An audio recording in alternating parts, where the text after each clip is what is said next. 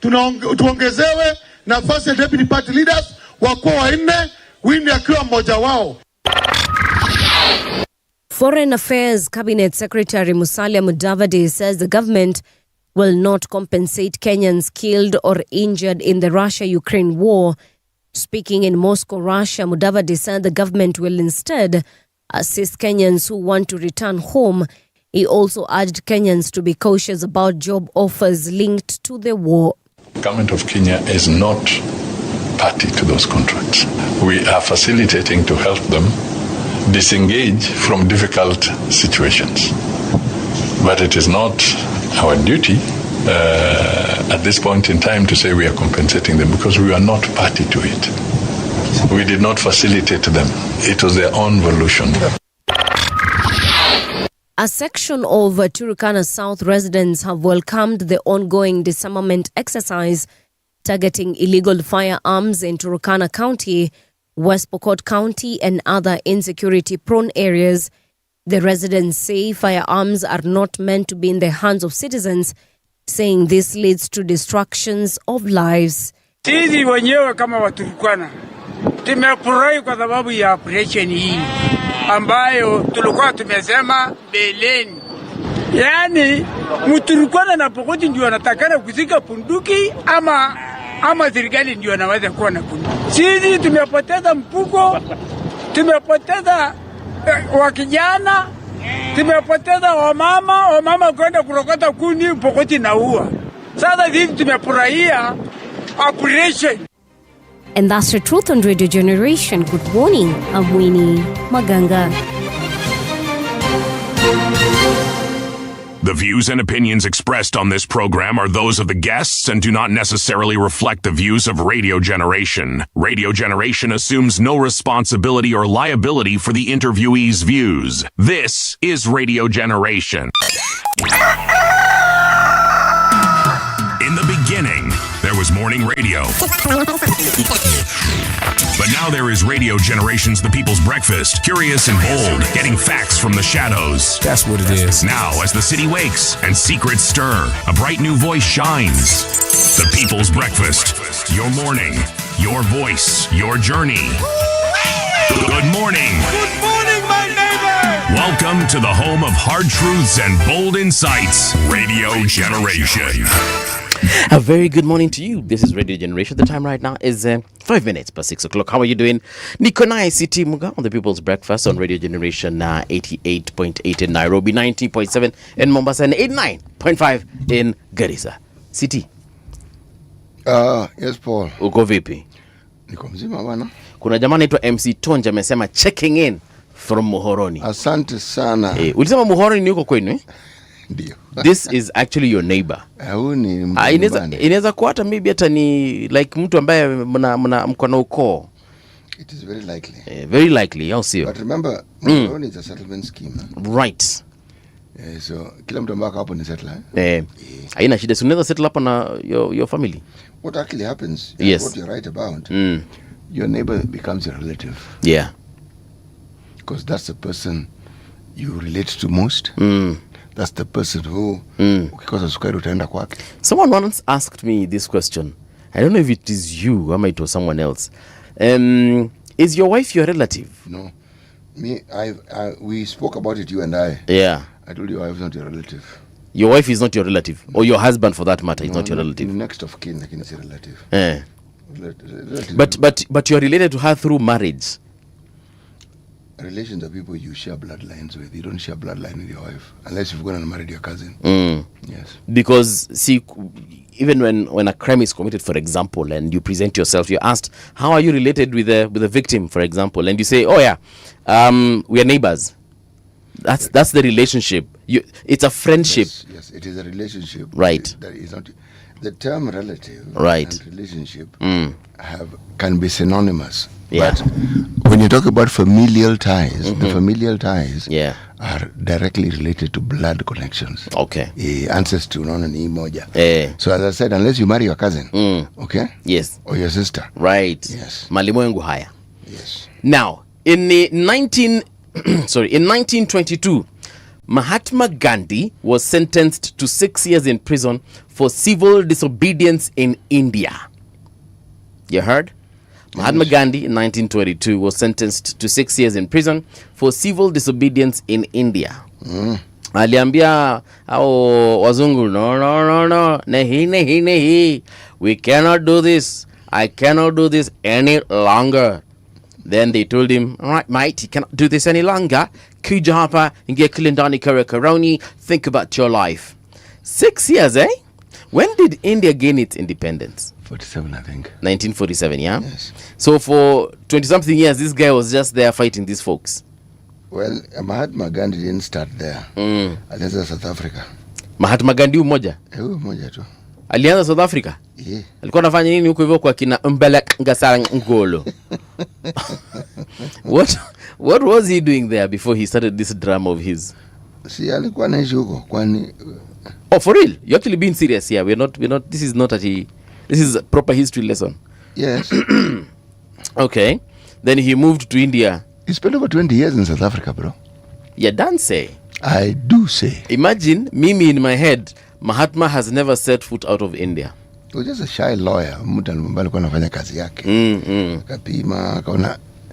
You're talking about 1893 to 1914. Alikuwa South Africa. Yeah. Wow. Yes. Okay. So anyway, in 1922, when he was in now I'm assuming this is now India, right? When he came to South Africa first, kuna kesi limleta pale. There's a guy called Abdullah Javeri. Right. This is somebody who needed his legal advice. He was actually a very self-effacing, shy fellow. Right. This was the beginning of him understanding the injustices that were in South Africa. Okay? Because when he was on a train, when a mali inaitwa Pittsburghsburg. Pittsburghsburg. And vile ninasema tu. Train swear toka. Meaning the injustice that was in South Africa, right, is what sparked the fervor that then led to what you now saw in India. Okay. Mbegu ilipandwa pale, aliona akasema watu. Yeah. And said, hii rangi ndio inasumbua sisi pale. Exactly. Okay, so Karudi akasema, let me go back home. I've got to bring something called a revolution. And a revolution was born in India. So in 1922, Mahatma Gandhi sentenced to 6 years in prison. Yes. For civil disobedience. Yes. In India. Okay. He also founded a political party in India. That following year after he arrived, it was called the Natal Indian Congress. Natal, India. Yes. Natal, unasikiaga kwa Zulu Natal, ndio? Sasa alitoa jina huko kwa Zulu. Kwa Zulu Natal is a name that was given recently. The place was just called Natal, the province. All right. Okay? All right. Now, one of the things that marks the uniqueness of Natal is the very sizable Indian population in that particular region. Yes, wako wengi. Yeah, actually, the Indian population in South Africa, even in present day. Kubwa. My goodness. Kubwa. Ni kweli. Hiyo mbogi ni big huko hivyo. Yes. All right. Yes. Just like pia mbogi ya Wahindi huko Kenya ni kubwa sana. Yes. Yeah. Wanakuanga papa. Wale walikaa pale na wakakaa. You kutoka.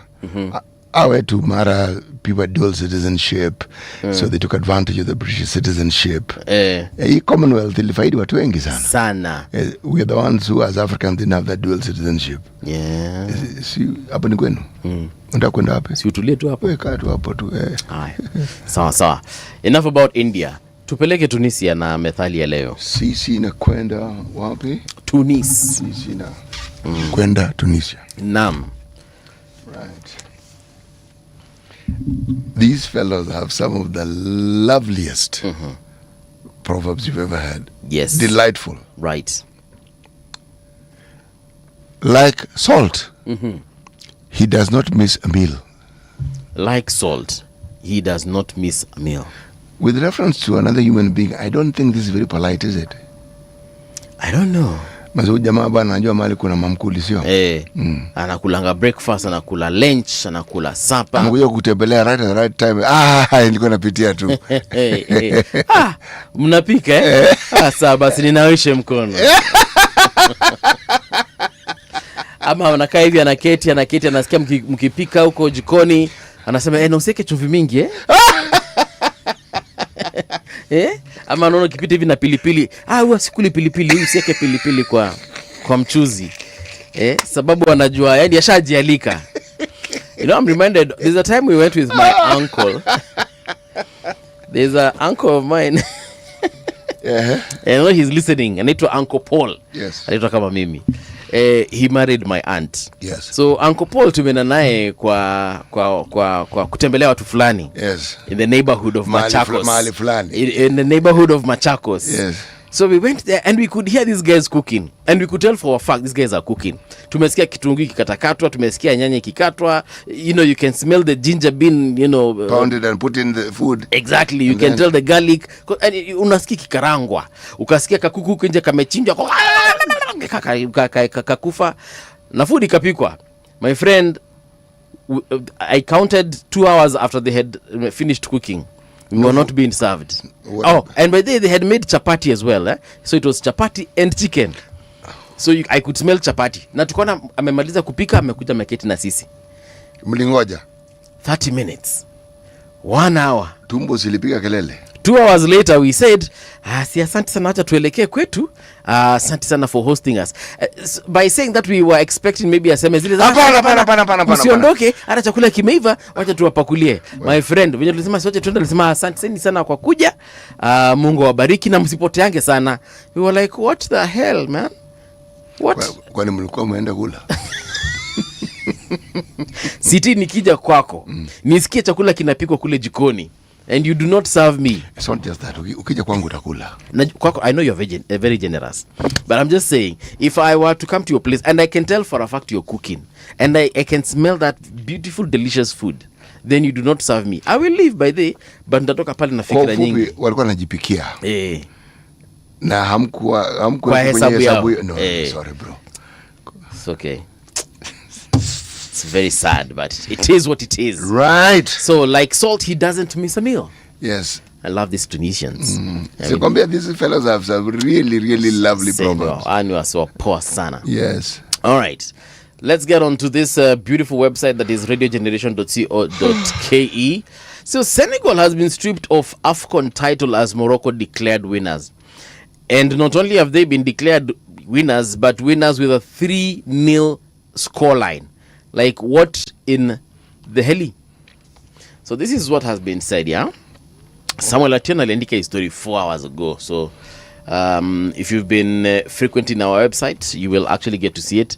But CAF have said that, they have listened to the appeals and they have decided by there, you know what? Morocco actually won 4-0. No, sorry, 3-0. How is that so? Senegal lifted the kikombe. They celebrated. It was for those who watched that match, it was a very dramatic one. Siti, I don't know if you got the chance to watch it or the highlights after. Kulikuanga na vurugu mingi sana pale katika ile pitch. People were actually surcharged. Kuna watu walikatwa mishahara. Like I think their coach was ordered to pay some couple of hundreds of thousands of dollars. So I don't understand, after all this drama, what's not happening, man? I wouldn't worry too much if I were you. So will Morocco now go and take this cup? Because I'm sure hii lichoro jina ya Senegal. Sasa jina ya Senegal itafutwa. Wafanye hivi kama pencil. I wouldn't know. I wouldn't know. They you see, having self-declared that I do not watch football, let me just say I have insufficient information to make any valuable comment on this. But I did watch clips where I saw Senegal walking out. There's a player of theirs who was credited with bringing people back in. Sadio Mane. Yes, he plays somewhere in Europe. Right. Actually, no, he plays in Saudi Arabia for a team called Al Nassr. And you Europe, nilikuwa nasema. Where Nani plays, where Cristiano Ronaldo plays. Yes. And he's a very valued player from everything I've heard. But you're right, he used to play for Liverpool. Yes. Then went to Bayern Munich in Germany. Bayern München in Germany. Then left Germany and currently plays for Saudi as well as Senegal national team. Yes. I read a little bit about him. Right. The sort of things that he does. A very committed religious fellow. Very humble. Yeah, very simple. Staunch Muslim. Yeah, extremely. Recently got married. Practical. A man who spends his time when he's free anaenda msikiti anasaidia kusafisha ablutions and to keep the clean. So I read about this fine gentleman, and he's the one who told his fellow players, guys, tafadhali, let's be gentlemen. Please. Yes, that I recall. So now this is a turn of events, and I don't understand because at the time when they left, the pitch they were winning. Yes, that man, I remember it was 1-0. I remember. Yes. They actually won after they left. Yes. Yeah. When they came back, that's when they scored this goal, this winning goal. One of the things about history, I am rewriting it. So please go with the flow. All right. Okay. See, at the end they won 1-0. The point is they won 1-0. They actually did win. You see, this is what happens when somebody doesn't watch football. Now wants to give a running commentary on football. That's why you have me, yes, who actually watches it. I can, correct you as we move on. Yes. But now the point here is they have actually been stripped of that win, and Morocco has been awarded the win with a 3-0 win. So maybe when they left the pitch, some goals were scored. No, they were not. You sure? Morocco didn't score a single goal. All right, so not a penalty. Okay. So maybe after the match, Morocco scored some goals. Yeah, when the pitch was empty, they were left there alone. They were like, "Hey, Nani, Abdi, score." I think so. Farah, score. Mustafa, Ahmed, score. And then they were like, "Okay, so ningapi tatu? We are good." On a serious note, I do not understand this. I need to honestly go and read this further and understand it. Probably watch a few videos as well. And a few commentaries, a few, football pundits, probably Thige na mwenzetu Sami Muraya leo watakuja kutueleza during that sports garage segment. I think it's between 2 and 3 p.m. Yeah, perhaps that will be something to look forward to as they make a commentary on it, just to understand how exactly this happened, because it doesn't make sense at all. I'd like to understand. I think we will understand. CAF at the end of the day are the governing body for African football. So wacha tusikie watasema nini mwishowe. If bad, we go and we protest and we say no, akina Sadio Mane walishinda ikitu, au sio? Na kama kwa kweli Morocco walishinda ikitu, tuwapigie debe. Lakini niko na swali. Now, does it mean that they will return the winnings? Because there is money that is usually awarded to the winners of these matches, of these cups. Yeah, so for example, this one, I'm sure Kina Sadio Mane, the team that is Senegal, was given some money. So now they're going to return that money. What if they've already spent it? What if it's like Kenya, ukishanitumia pesa na nilikuanga nafuliza, hiyo kitu bado imekulwa bana. Si mimi nimekula. Fuliza ndio wamekula. Sasa endeni kwa safari kumwambie kuna some 20 million we gave movie, winnings, we need that money back. We sent it on his phone. Yeah. But now we understand that his fuliza imemeza hiyo pesa. So I don't know if that, or they hadn't been awarded as they waited for this case to be determined, and now the money, instead of being given to Senegal, will be given to Morocco. This thing's bothering you, isn't it? It is. Because I cannot. Do you know, City, what it takes to win a match? I do. A single one. Well, I know what it takes to win a match. Now imagine a cup. I have no idea what it takes to win a continental cup, but a match, sports, oh yes, I know. From the group stages to the round of G16, to the knockoff stages, to the what are they called, the quarters and the semis, and then now the final. Manze mumefika pale, manze mumengangana City, and then someone tells you have lost on a technicality after all this. Ni noma bana. And that is why I feel Senegal's anger, especially during the match when they witnessed a couple of things that they were like, no, something is off here. So wacha tuone. Kindiki to opposition, we will dismantle your lies and propaganda. So this is Professor Kithure Kindiki, Vice President of Kenya. Deputy President Kithure Kindiki has intensified his criticism of the opposition, vowing a direct and sustained political confrontation while defending the government's development record. Speaking on Tuesday during an inspection tour of national government-funded projects in Buri constituency, Kindiki accused opposition leaders of spreading misinformation and lacking a clear development agenda. We will dismantle opposition lies and propaganda face to face, Kindiki declared, adding that the government would no longer tolerate what he termed as attempts to mislead the public. Over to you, CT. Right. We're looking at the papers, aren't we? No. I'm talking about this Kindiki thing. What do you think? Do you think that the opposition is attacking? Because according to him, he's talking about this guy's perpetuating propaganda. Well, everybody says, the opposition says the government is perpetuating lies. The government is now saying those in the opposition are perpetuating lies. So it looks like both sides are accusing the other side of perpetuating lies. Yeah. Yes. Look at it this way.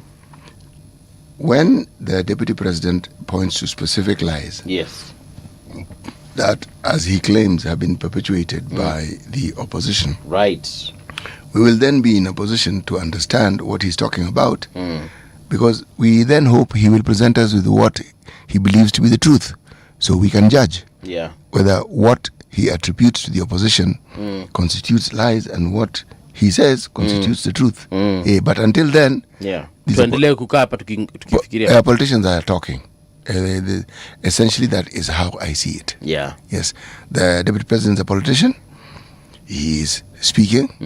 He may have given examples which we are not privy to, but when he does and raises specific queries on specific issues, so then we'll have a discussion. It is what it is. Yes. Now, that is as far as the deputy president rather, and the opposition are concerned. But there's this other story here. ODM backs Kenya National Commission on Human Rights compensation framework for victims of human rights violation. So what wanasema nini? ODM has expressed full support for the KNCHR ongoing development of a national framework for compensation and reparations to victims of human rights violations. Si nile ilikuanga kwa 10-point agenda yao. This is the thing, and remember, it was something that, remember the dust it raised. I find it strange. How so? The person who was at the receiving end of the appointment to the commission or the committee that was supposed to, among them was somebody called Faith Odhiambo. God Almighty. Yeah?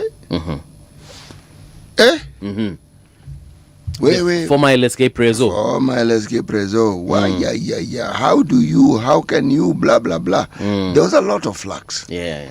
You see, the thing that I find interesting, the flux I understand from people who think that every government initiative is a con. But what was the alternative? You know, when you start something, it's precisely that, a start. The reason why we had the commission on the implementation of the constitution was the understanding that you have the constitution, you have not implemented it. Yeah. In the implementation process, you're going to find certain things don't quite work out the way you thought. So the idea of how best to now implement it would come into being. So you have a commission that oversights it. Yes. Okay? Now, the transition authority that was supposed to transition the municipalities into the county system, again, there was an understanding. You are going to move human resources. You are going to move responsibilities. And to ensure that there's a smooth transition, you then have a body whose function is to ensure that, one, people understand what is happening and how this will happen. And it wasn't going to happen in a day, okay? It was something that will progress. Yes. Why they decided it required 5 years, I honestly don't understand. A constitution that had been thus for decades, you actually think that changing it is going to take 5 years.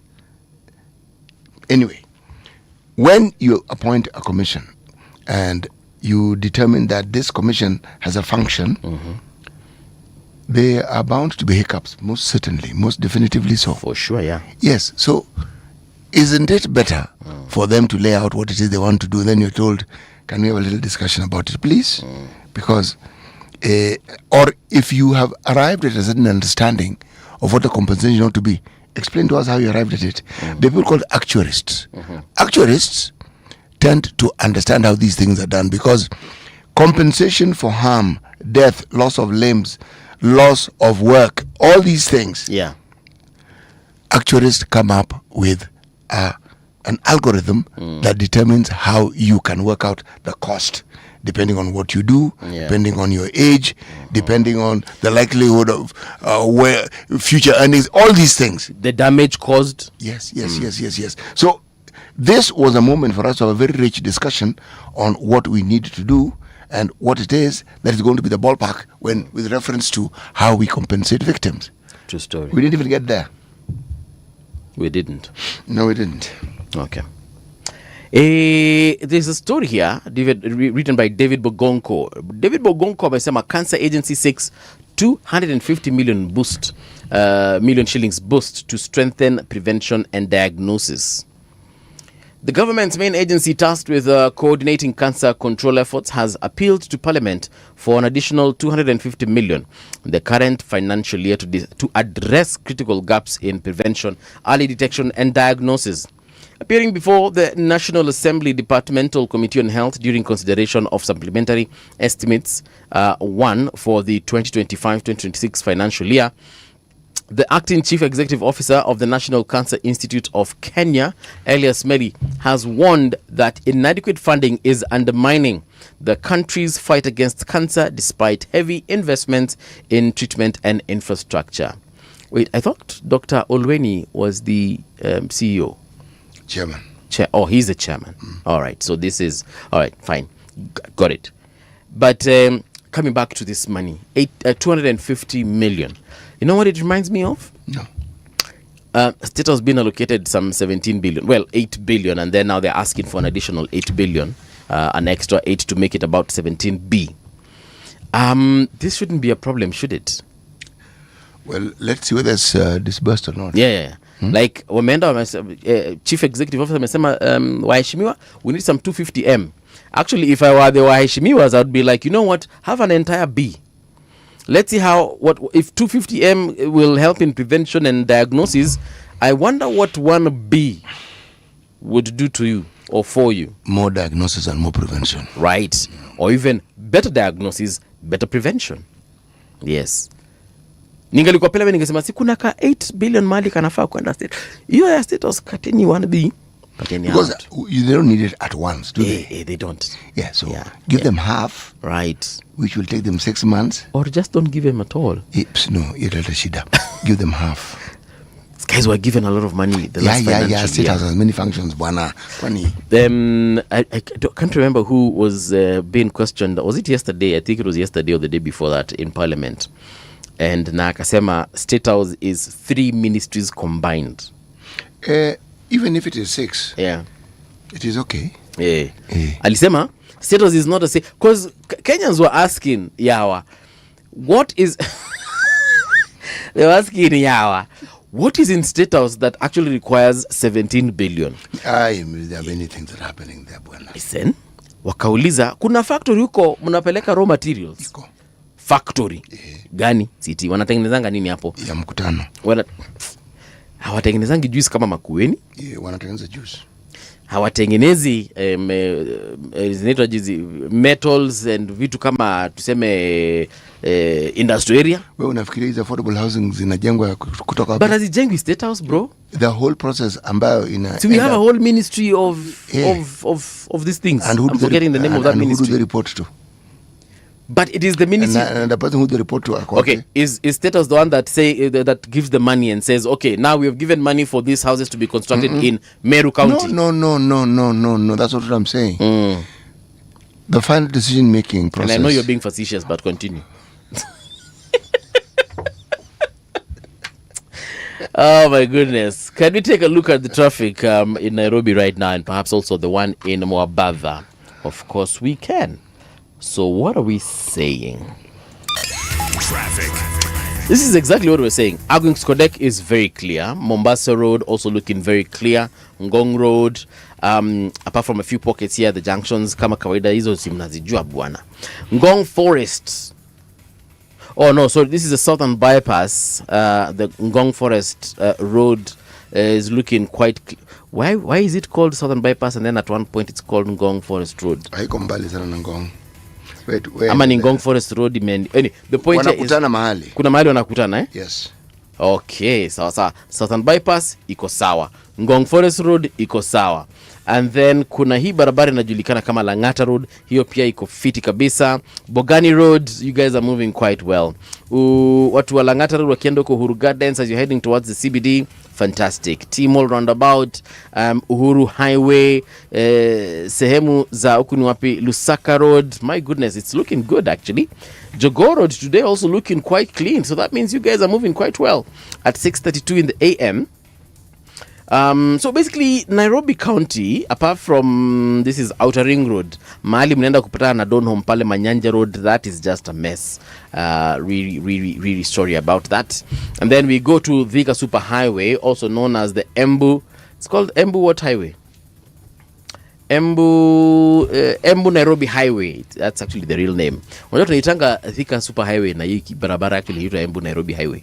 But anyway, Embu Nairobi Highway aka Thika Road is looking quite good at this particular time. However, when we are coming from cheni niwaambia tu kweli. Unaona kahawa ndani kutoka Kenyatta University? Mwende all the way mpaka Kasarani.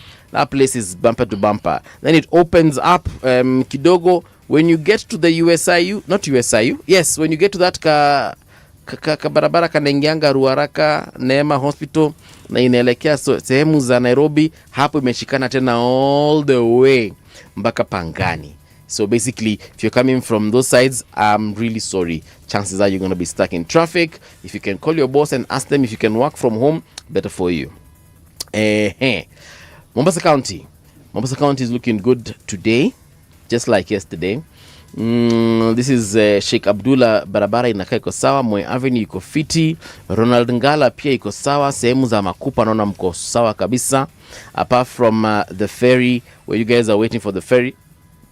Otherwise, the entirety of the county looks absolutely good. Traffic on Radio Generation. All right, now it's time for us to get into these things called Magazeti, and I will start. Where is it? People Daily. People Daily wanasema questions over affordable houses built on land with no title documents. So affordable houses, these projects that have been done by State House, according to UCT, are currently being built on land that have got either no title deeds or questionable title documents. Why don't they explain to us and tell us where exactly this is happening? Because that's a general statement. Yes. Yeah, they are saying that if you want the entire story, you check out page 3. Fine, we'll check page 3. Of the People Daily. Sawa. And then pale juu anasema, will Kenya's middle class be 2027 elections swing votes? No. Why? They haven't been a swing vote Because all these years. What makes you think they're going to be the swing vote this time? What do you mean? They have never been the Things swing can vote. change. Vindu vichenjanga. No. The Kenyan middle class are an absolute letdown. They talk good. Yeah. They make good speeches. They have lively discussions in terms of being the catalyst that bring about change. Forget it. Jana nimeona some young folks sehemu za Kasarani, they are actually organizing the youths in their area to come out and vote. Initially when they were heading, because they formed a WhatsApp group, and then this particular WhatsApp group had about, they started with like 10 people, then it grew to 50, then 100, then 200. And then they said that out of this 200, let's go and register. So according to the organizer of the group, he thought that maybe about maximum 150 people will show up and register to vote. My friend, he says that when he got to the registration center, over 600 people showed up, and he was like, "Wow, young people!"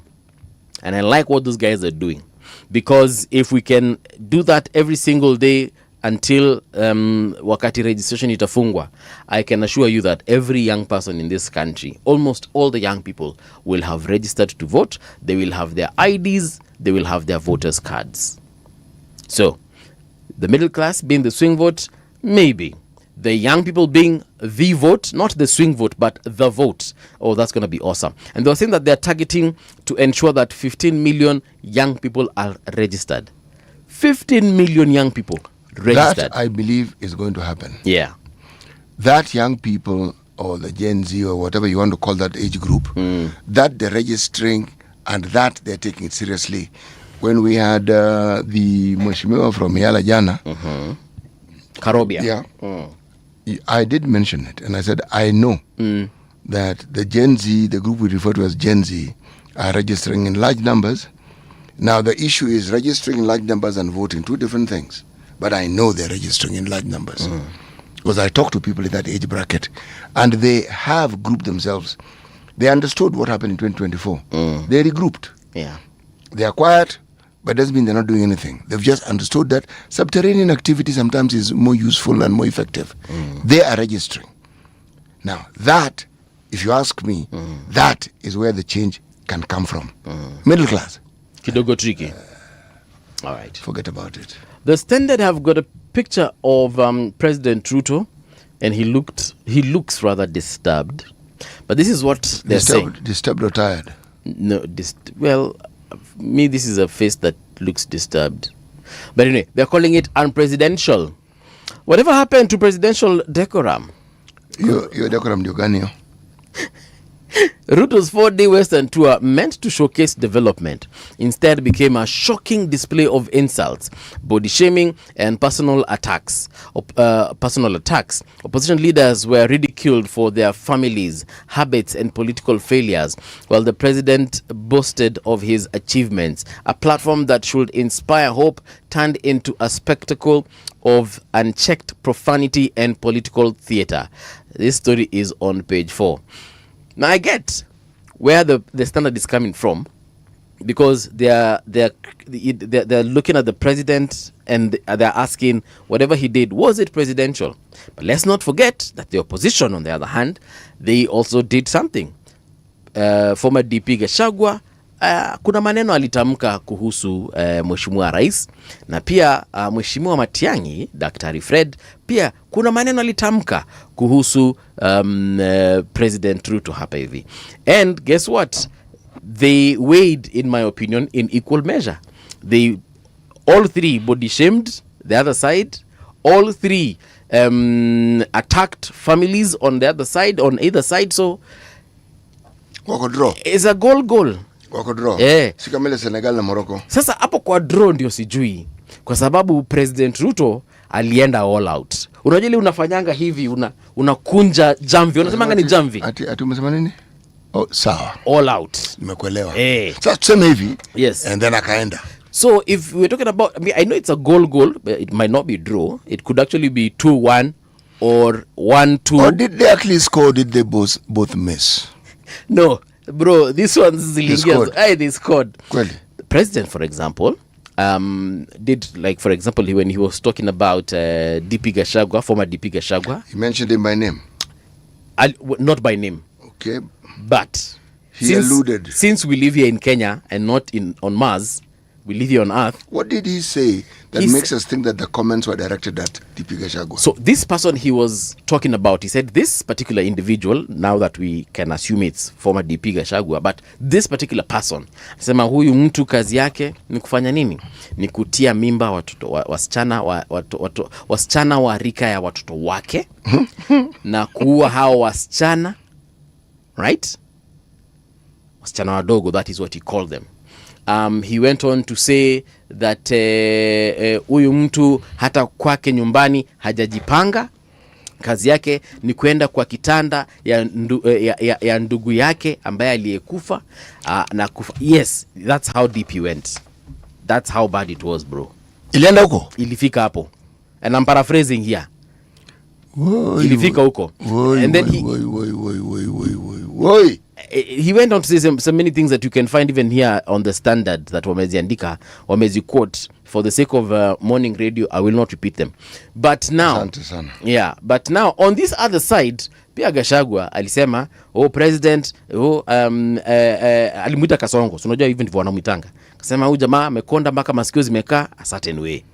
So I think that ilikuwa ni matengwano. But it is Gachagua who started. Then President Ruto finished. Akasema, masikio yangu imefanya nini? Bana, nyinyi mwende mujipange, hakuna kitu mko nayo, kazi yenu ni kufanya nini? he said a lot of things. He also spoke of another Western leader, akasema wa kutoka hapa Kitale. Sisi wote tukaassume ni nani? Eugene Wamalwa. Akasema huyu jamaa hata after ndugu yake alienda, he has been able to do nothing. He cannot even build a home. He cannot even take care of his family, of his brother's family that he left behind. He cannot do nini. Akasema vitu mingi. Akasema huyu jamaa kwanza ajipange, ajenge nyumbani kwao kabla akuje kuambia Wakenya anaweza fanya nini? Anaweza wajenga.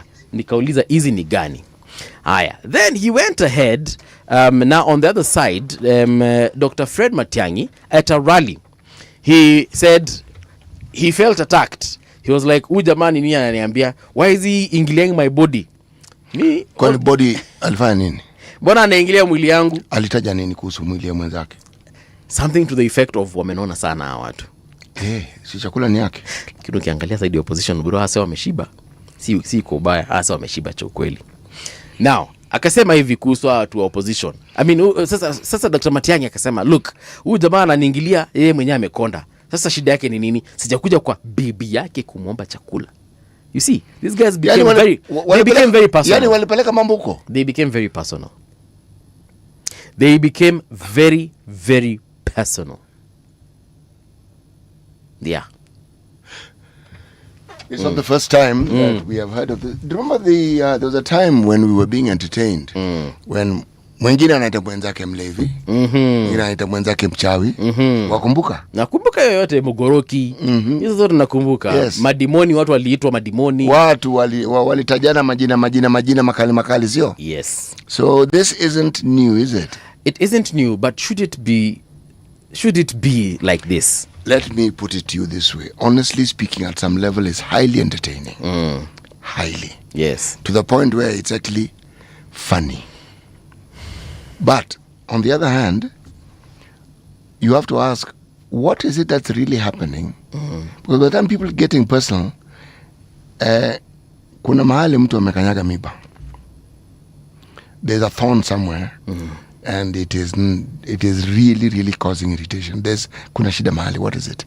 But if you see what, because you could tell the president was very angry. The president went on a more than 5-minute rant on these people, on their bodies, on their families. What I suspect is there's a lot more he could have said and he didn't say. Yes.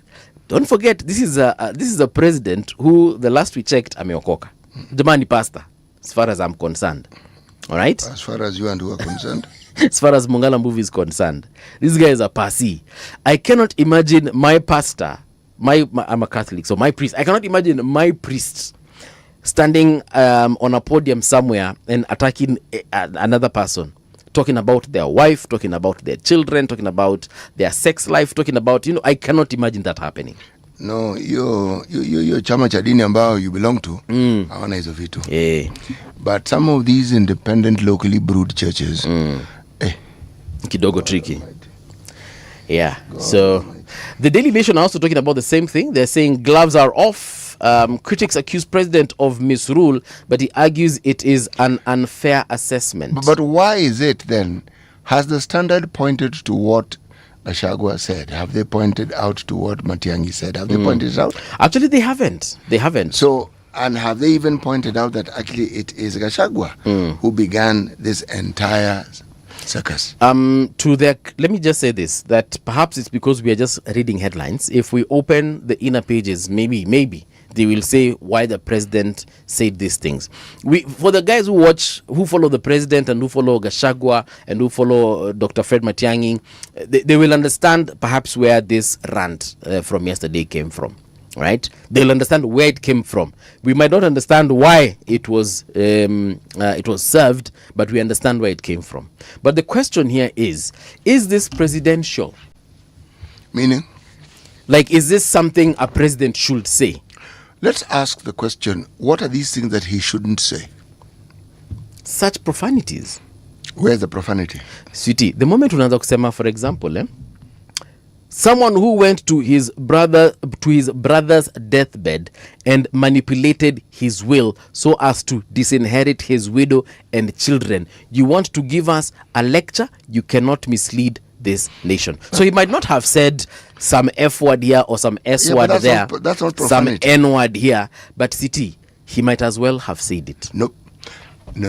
When you are accused of twisting and convoluting a will, when a fraudster, it's not profanity.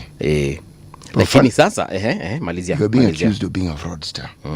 Actually, I'm a fraudster, yes. Yes. So, profanity is, bless you. Thank you. Is when the F word and other four-letter words that are related to it are used explicitly, okay? And then you are told unmentionable things that you should do to whoever and so forth. Right. That's profanity.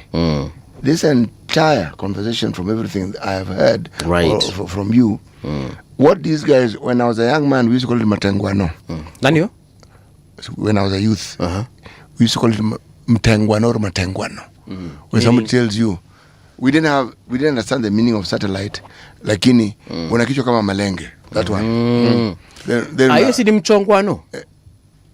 Okay, but yeah, I get the point. Right. Matengwano, as we used to call Same it. thing. Okay. Or somebody tells you, poyako ni kama exhaust ya tinga. Or this falls into that same category. The things that children say to each other when they think that they are, it's not just poking fun, but making fun of each other. This is, in my opinion, this is an adult version of it. That's what they were doing. But do you think this is something like that a president should say, surely? Someone who is considered a symbol of national unity. What did he say, Paul, that constitutes profanity? From everything I've heard, let us toy profanity out. To toy a story of profanity. Okay. Should the president come out and say these things? I'm not so sure. See, even when I am arguing with my significant other, even in front of the children, there are some things I will refrain myself from doing. For example, raising my voice, right? Using certain words. Being physical, even if it's pushing or holding, because the kids will be like, okay, Dad, what's going on? And because it is, when I'm alone, maybe when we are alone, rather, we can raise our voices. Paul, why are we making such a big fuss about this? And yet the things that politicians do that genuinely affects the lives of our people are far much worse. Not far. Infinitely worse, and they don't raise the heckle that I'm hearing on this one, because some politicians exchange words and said some unpalatable insinuations about each other. No. If you knew of an office romance, for example, between two colleagues, you'd probably be like, okay, so nani wanakuanga hivi, then you'd be like, okay.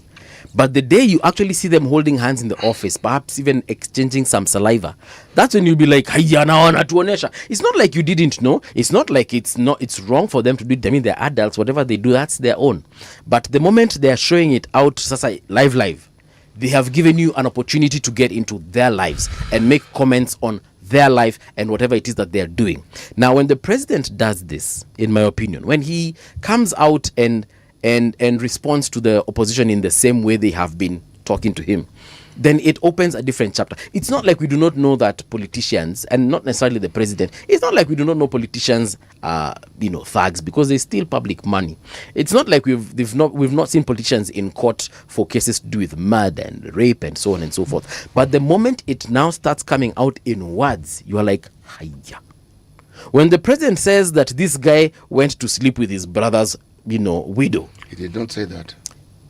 Someone who went to his brother's deathbed and manipulated his will so as to disinherit his widow.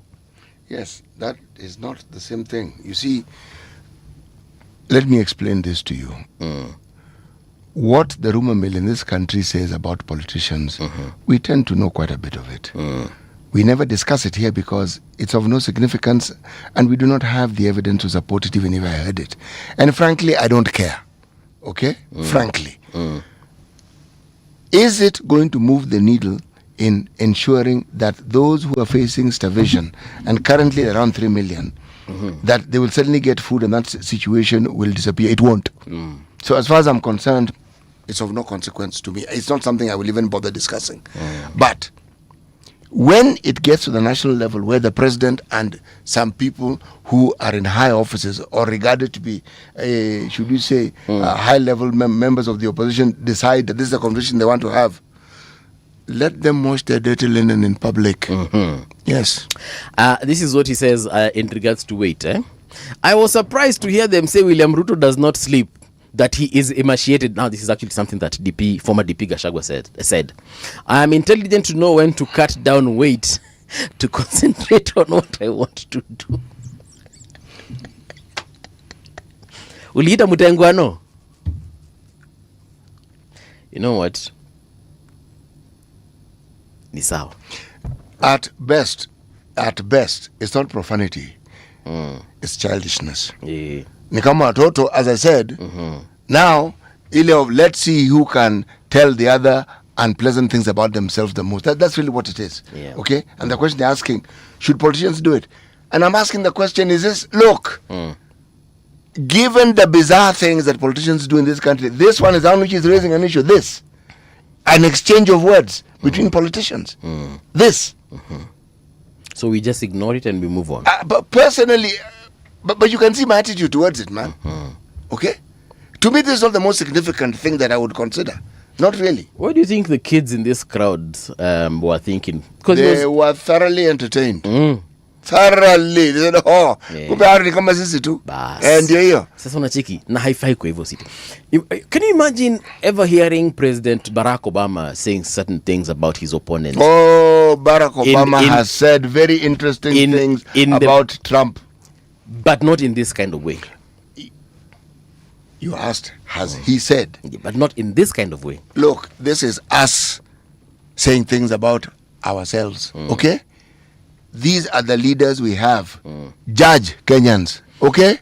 When they, as I said, wash their little linen in public, see, observe and see. Yeah. And decide. Unajua hata Trump akiwa Trump pia kuna vitu hata yeye amshua naye maneno. Wewe jamaa mazee kuna kitu hawezi sema. Lakini Trump akona sijaisikia akisema vitu kama hizo. You just haven't heard it reported. You should read more and listen more to Trump. He probably does it in private. Yeah, because we've heard of things he said in private because there are recordings. In private, I mean, we all say things in private city that if they came out to the limelight tutakuwa zile za kai wasi. Paul, can I ask you a question? Nimechoma. What really is the problem here? What exactly are we discussing? What are we saying? We are discussing if this is presidential. City can say that we can actually City can't. City should be a responsible media personality. We can forgive any other Tom, Dick and Harry out there saying these things because you know what, they are what we would consider commoners.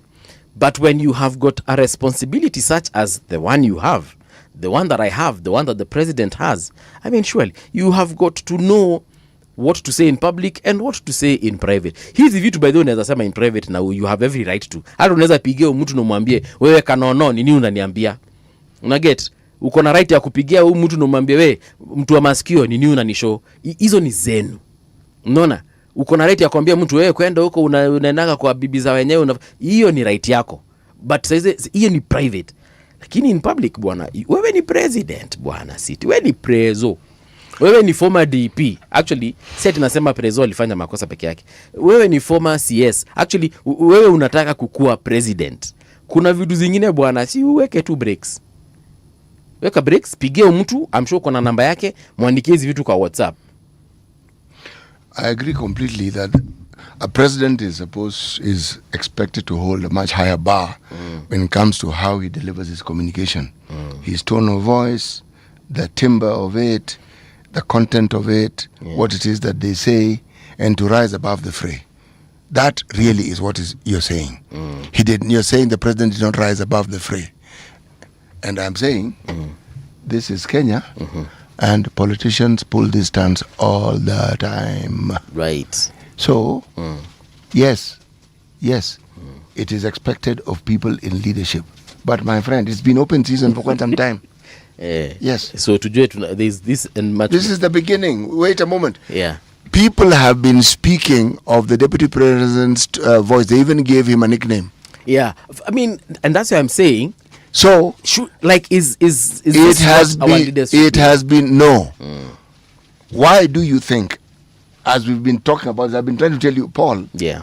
there are far more important things that I feel should concern the nation.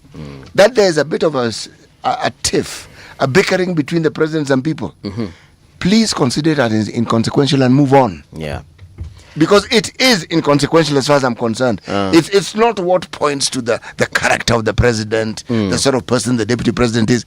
The deputy president has been going gung-ho on issues from day one. He didn't start yesterday. Yes. If Matiang'i wants to enter the fray, I hope he has the capacity. Yeah. Because the president and the former deputy, those fellows know how to talk. They actually do. They do.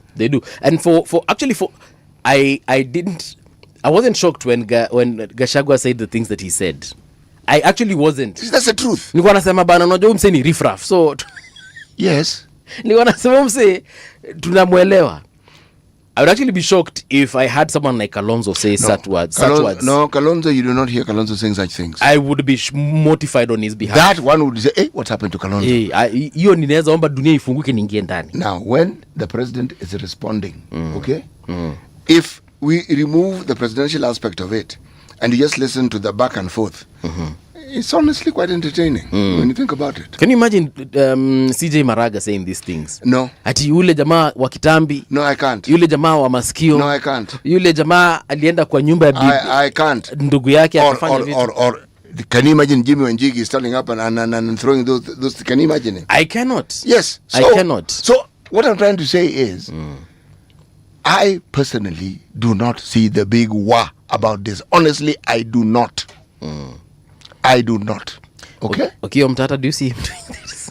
Now you see, now I begin to understand. If somebody ventured yes, and started referring to anatomical properties in detail. No, I see you say guy. Tafadhali. Hii sasa nini unasema hii? Okay? You know, some of these things can actually be misinterpreted. And then here's the thing. When all is said and done, after 2027, whoever wins, whoever loses, these folks are going to be friends again. Bro, today it's going to be talked about and people will go all, tomorrow we'll be discussing something quite different. The thing that is the constant that remains is the poverty levels, the biting hunger some people are facing, the damage that the floods caused, and the service that wananchi need. These are important things. This, I am engaging you because you brought it up. In all honesty, I would have uttered 2 sentences about it and moved on. Yeah. Yes. We have Ref here, and I'll read your comments later, guys, because there are so many. I'll probably read them after we come from the news break. But Ref amesema mchongano only became serious to the extent of physical fight when parents, got involved. So ukichongwa rafiki yako na utukane wazazi wake, my friend, hapo ndio mtachapana. Call me all the names you want. Say the way I am fat, say my ears are like the elephant. Satellite. Sema mapu yangu ni refu kama ya ndovu. Say all those things. Sema mimi ni mfupi. But the moment you say, mama yako. Oh no, that you're going to fight. Baba yako. No, Baba doesn't really bring the problem. Somebody's mother. There'll be a fight. You will know that you don't know. All right, here's the news.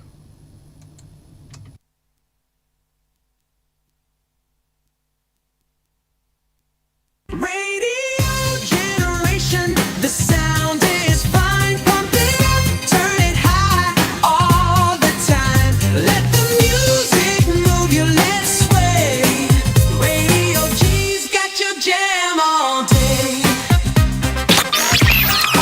Radio Generation, the home of urban soul. Comfort Living Moments, brought to you by Tile and Carpet Kenya. As the prayer martyrs lead, find warmth in our comforting rugs, creating soft, meaningful spaces for your morning reflection and gratitude. Comfort Living Moments, brought to you by Tile and Carpet Kenya.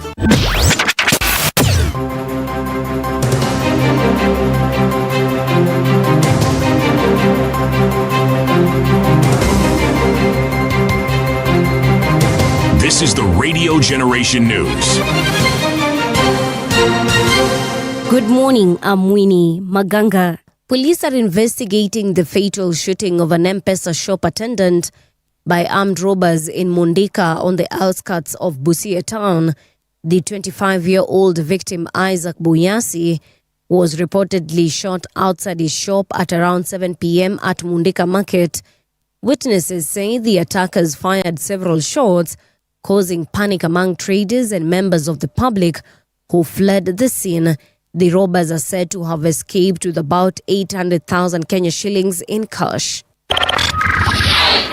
Nandi Senator Samson Cherargei has called for the release of bodies held at Malindi Sub-County Hospital mortuary following the Shakahola killings. Speaking on the Senate's floor yesterday, Cherargei said it's time the remaining bodies are released to families for burial after DNA results were conducted. More than 400 bodies were found in the 2023 in the remote Shakahola forest in deaths linked to controversial preacher Paul Mackenzie. The smell is so strong that the people who are sick smell death. Mr. Speaker, it is even psychologically unfortunate to the patients who are recovering in Malindi Sub-County Hospital. Mr. Speaker, I want to challenge the Ministry of Interior and the concerned ministry. Now that they have DNA samples, they have everything, Mr. Speaker, can you, even in your honor as the Speaker of this House, which you come from that area and the Senate Minority Leader, can the families, their bodies be released? Because even the case of the allegations facing the infamous Pastor Mackenzie is almost coming to a conclusion, Mr. Speaker. The Orange Democratic Movement has welcomed plans by the Kenya National Commission on Human Rights to develop national framework to compensate victims of human rights violations. ODM Deputy Party Leader Abdul Somad Nasir says the move is long overdue, noting that many families, especially in Kenya's coast region, are still affected by past injustices. He added that the proposal goes beyond financial compensation to include rehabilitation, truth-telling, and measures to prevent such violations in the future. Baringo Governor Benjamin Cheboe says he has not refused to honor summons from the Senate of Kenya. Cheboe said he will begin attending the invitations once issues between the Council of Governors and Senate leadership are resolved. He added that no leader is above another and called for cooperation while respecting the roles of each institution. Council of Governors wameamua kwamba watahudhuria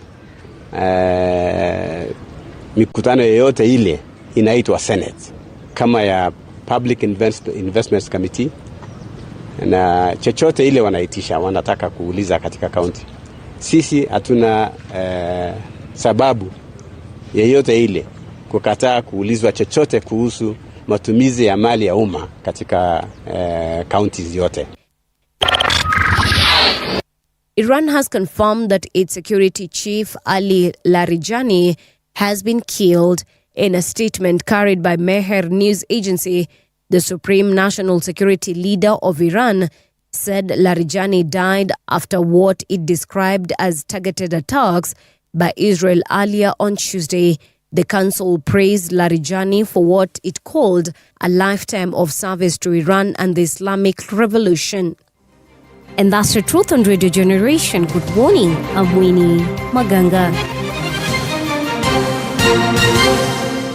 The views and opinions expressed on this program are those of the guests and do not necessarily reflect the views of Radio Generation. Radio Generation assumes no responsibility or liability for the interviewee's views. This is Radio Generation. In the beginning, there was morning radio. But now there is Radio Generation's The People's Breakfast, curious and bold, getting facts from the shadows. That's what it is. Now, as the city wakes and secrets stir, a bright new voice shines. The People's Breakfast, your morning, your voice, your journey.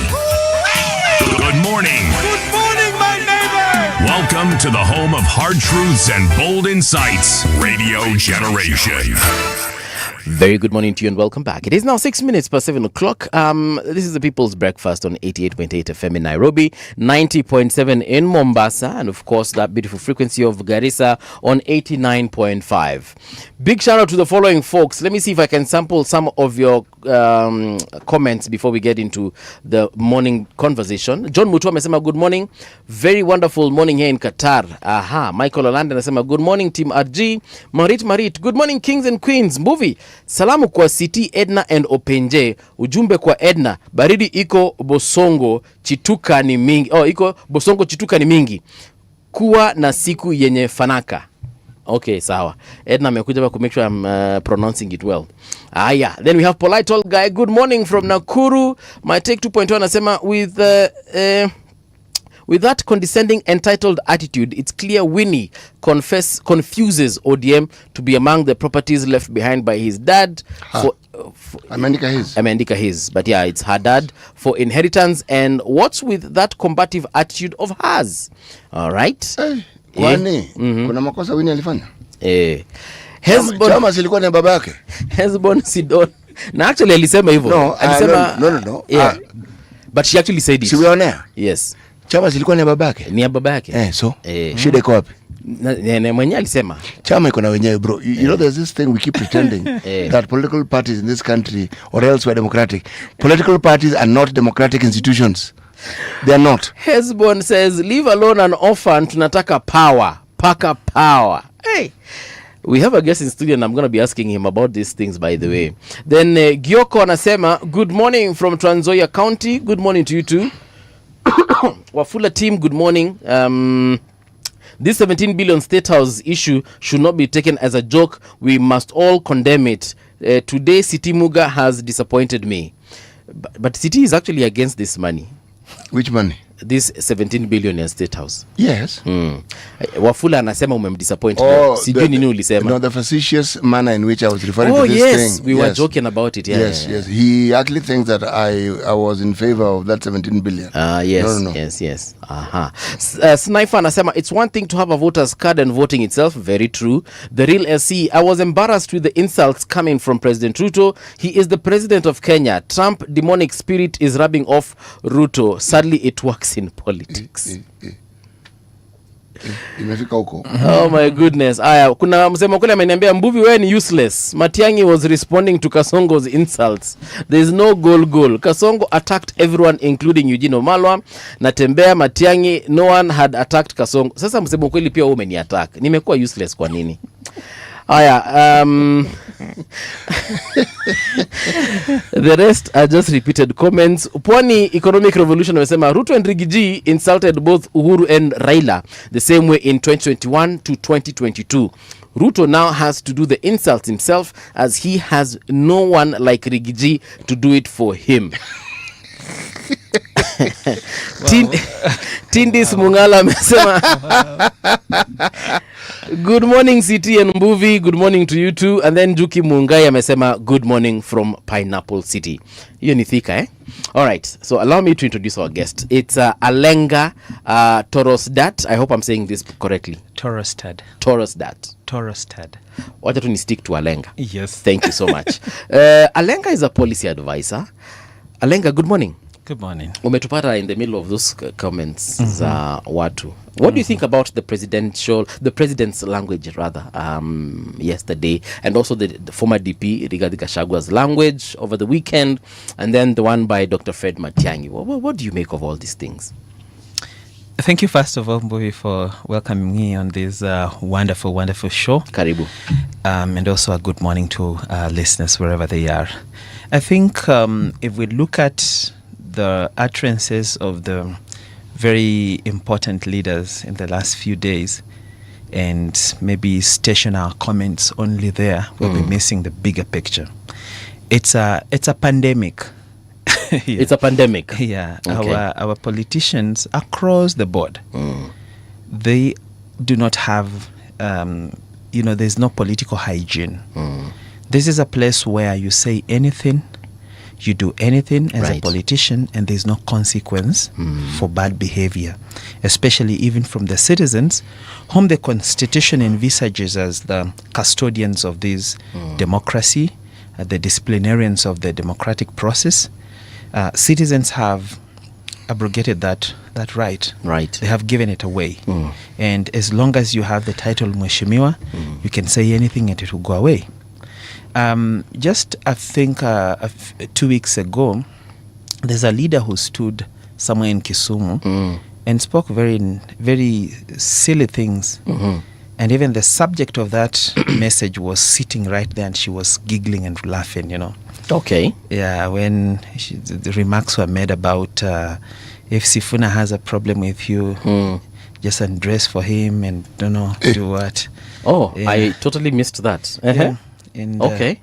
And the politician actually said, mpe ndio anyamaze.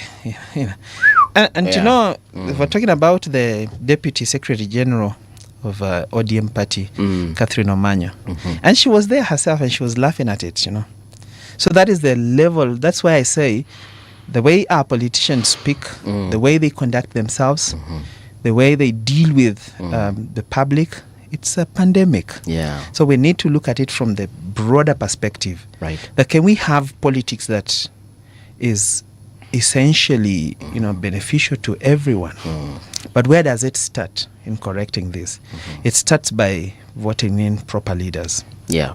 It's a generational issue. We have a generation that has conquered the political space, and because they have the monies and everything, you cannot control what you don't own. Yeah. So the citizens don't own these leaders. Yeah. These leaders come into office by their own money, how much money they spent on the campaigns. So you cannot therefore own them when they step into office. They will do what they want. So it starts from there. I think, was it President Uhuru who called Raila at one point Muguruki? Ama ni nani aliita Raila Muguruki? It's him. Among other names, yeah? That was even a petty offense. Yeah. You remember after cancellation of the election of 2017, and he was wearing a black and white striped T-shirt. Yes, I remember, yeah. And he was standing at Nyamakima, and he said so many unpalatable words. Okay. That was a precedent. Yeah. And then, of course, we have what President Ruto said yesterday. We also had President Kibaki at one point saying mafia kuku, and he referred to people several times in those whatevers. And then it didn't start then. There was a time President Moi referred to Jaramogi Oginga Odinga as a blind old man leading blind people God knows where. Okay. And Jaramogi responded and said somebody, a throat cancer patient should not be talking to him directly. So yes. It didn't start yesterday. President Kenyatta, the senior, kuna kitu alisemanga? No, he said some fairly salacious things. Yeah. One of the things I remember President Kenyatta saying was people were saying that he's old. He said, Ebulizeni Mamangina. City, I think there was a statement that Kenyatta once asked people. Well, you decide what you want. I'm trying to tell you that it is not the first time that when politicians are on a podium and they are speaking, the things they say. The issue here is, do they say it frequently? Do they say it often? Okay. And when they do say it, when do they say it? Under what circumstances? We are saying they shouldn't. Because this then morphs into what we refer to as hate speech. When you start on this particular trajectory, the next thing, people are going to be making broad, negative, sweeping statements against communities. We shall get there. But Alenga, sorry, I cut you off. You were saying something. Yeah, I think the net effect of that is that our leaders then lose respect before their citizens. And that is why you see in the recent past, especially the younger generation, they don't shy away from creating caricatures of serious leaders in this country, imitating them, doing skits about them, and basically even just typing profanities about them on social media. Because first of all, you have not respected yourself. You have opened that barrage of insults and told the younger generation it's good to insult others. And so they insult you back. And you've seen when politicians face the wrath of that, then they run to make laws to try and clamp the space on social media, and they think now that is a cure for themselves, because primarily they think about themselves. And if you look at all the social media wars they have had with the citizens, it's because they want to preserve themselves. They want to be told nice things, or to prevent them from being told bad things, but they can tell others really bad things. Yeah. I mean, just to connect what you're saying and what CT has just said, if they open those kinds of doors, then I mean anyone can walk through. Remember, there's a time during President Uhuru's time that Babu Owino, MP for Embakasi East, alisema vitu mbaya kuhusu President Kenyatta. President Uhuru Kenyatta. Very nasty things. Called him mtoto ya umbwa. Exactly. And from where we were sitting, me niliangalia hivyo, to be honest, I was expecting Babu Owino to be arrested and locked in a dungeon somewhere, and we would forget about that guy. But here we are. If we open those kinds of doors, I mean, where does it stop? Where if the president can say that, then surely I can say it. I mean, if the president can say that, then anyone else, including other MPs, can actually say that about former DP Gachagua. And if DP Gachagua can say what he said about the president, then anyone surely can also say that about or even worse, about the president. So I'm for the idea of holding these guys to a higher standard. Wanafaa kujua limits zao. But anyway, look up at the president's Western tour. And this, actually, he made these statements while in Western. And he actually picked out a Western leader. And in my opinion, I think he was talking about Eugene Omalwa, and said the things that he said about Eugene. And now Waluya wakachia. What's not happening? What's not happening? I think the bigger problem is what I pointed at earlier, that how do these leaders get into office? They get into the office by their budget. Citizens outside there want nothing but money. If you come with the policies, you can wait. If you come with reasoning and trying to tell them how we can pull together, how we can work together, they don't want to hear that. They just want to know, what have you brought for us today? And I think the bigger problem is because politicians have lied to citizens for a very long time. They have promised things that they haven't delivered. So when citizens see a politician today, they just want to finish with you on that day, because they don't know if you will come back. They don't know if you'll really fulfill what you're saying. So that basis of promissory notes given to citizens all the time has then eroded that capacity of citizens to actually hold you to account, believe in you and do the journey with you. So then when elections or elective positions become about how much money you can spend, then ideally you are not subject to the people. Because you bought their vote, so you're not subject to them. But if we change the coin round so that it becomes, we are voting people that we have evaluated their conduct, and we felt that these people are proper people and they can lead our society. Then these people become answerable to us as citizens. So every time they do something that is wrong, we can call them to order. But we have politicians who have accomplished themselves. They have their wealth, they have their things going on, so it becomes, they say tajiri hadaiwi anakumbushwa. If a rich man owes you, you don't remind him. You don't ask him. You don't ask him for your money. You just remind him. Unakumbuka ile 20 bob. Kuna ile kitu ulisema hivyo. All right. And it tells you.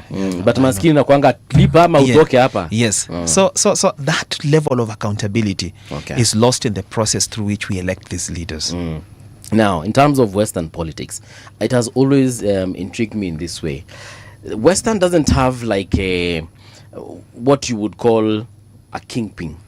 It has several prominent leaders. We have Eugene Omalwa. We have the Speaker of the National Assembly, Honorable Wetangula. We have the PCS, Honorable Mudavadi. And then now we have these emerging voices, Akina Netembea. But we do not have like what Kisis would have in Matiang'i, or what Kambas would have in Kalonzo. Why is that so? I am very happy that this question has finally come out, because I come from Western Kenya. Right. And there's several things that really need to be debunked. For instance, there's nothing like a tribe called Luhya. There isn't. All right. What is there? Luhya is just a group of people. But there are actually around 25 subtribes in Western Kenya. And yeah, I thought there were about 6. Yeah, about 25. Yes, These people. So ongeze tu ingine ifike. Sifike 19, eh? Niongeze 19, sifike 25. Yes. Umeanza na 6. Okay. To be honest, I never thought there were that many. Yeah, so these people speak different languages. They have different culture. They live in different regions. Okay. For instance, I come from Vihiga County. Vihiga County has the Maragoli, the Banyore, the Tiriki, and the Teriks. These people live in the same county, but they speak different languages. So if I were a Tiriki, if I meet you said Banyore? Yeah. They don't speak the same. You don't speak the same language. Like, that is why anaweza kusengenya na usisikie. Yes, that's why we speak a lot of Kiswahili sanifu, because now that becomes a unifying factor. Nyinyi ndio wale watu wa minajili ya. Yeah. Okay. So kwa minajili. Ilimradi. Ndio nyinyi sasa. Yeah, so right. In political organization and mobilization, language becomes a very key aspect. Okay. So you cannot have a kingpin when you don't have a common language. Because Gusi is just Gusi. Yeah. Gikuyu might have certain variations, but it's just Gikuyu baseline. Kamba might have certain variations depending where you come from, but baseline is just Kamba. Very true. Luo the same. But now in Western, you like, for instance, Musalia Mudavadi comes from Vihiga, but he cannot go and conduct a rally in Luhya in Kakamega, which is the next county. Right. He has to speak in Swahili when he goes to Kakamega. If he goes to Bungoma, he has to speak in Swahili. Right. So you cannot even sit somewhere and have your own meeting and say, we as the people from Western, we are talking. The person from Trans Nzoia, the person from Bungoma, Busia, Vihiga, Kakamega, if you put them in one room, then you have to use either English or Swahili. Okay. So that is why the test of a kingpin fails that on the language as the basis for community mobilization. Now it actually makes a lot of sense. I knew, yes, there are all these sub-tribes, for sure, you know, the Maragolis, but I never actually thought that in terms of the language, it is that distinct and far apart. Absolutely. Even the culture. Even these rights that they, the marriage rights, the circumcision rights, they are also even those ones are different. Yeah, they're all different. The people in Bungoma will apply mud on their bodies when they go for initiation. Yeah. For us, it's different. So then, in that case, why don't these sub-tribes have their own kingpins, or do they? They do. Okay. They do. But you see, your power just ends within the boundaries of your community. Like, let's say even in like in Vihiga County, if you are Maragoli, then you'll just have command among the Maragoli. And you're in the same county. If you go to Tiriki, they'll be asking you, so what message do you have for us? How do we plug into that conversation you have? Okay. It becomes a little bit different. Now, because we sat here with the Governor Natembeya last week, and one thing he said is that region has been the poverty levels in that particular, now the western region, with all the you said what, they're 15, no, 26, 25 sub-tribes. That entire region is very poor. The people in there are living in abject poverty, from how he put it.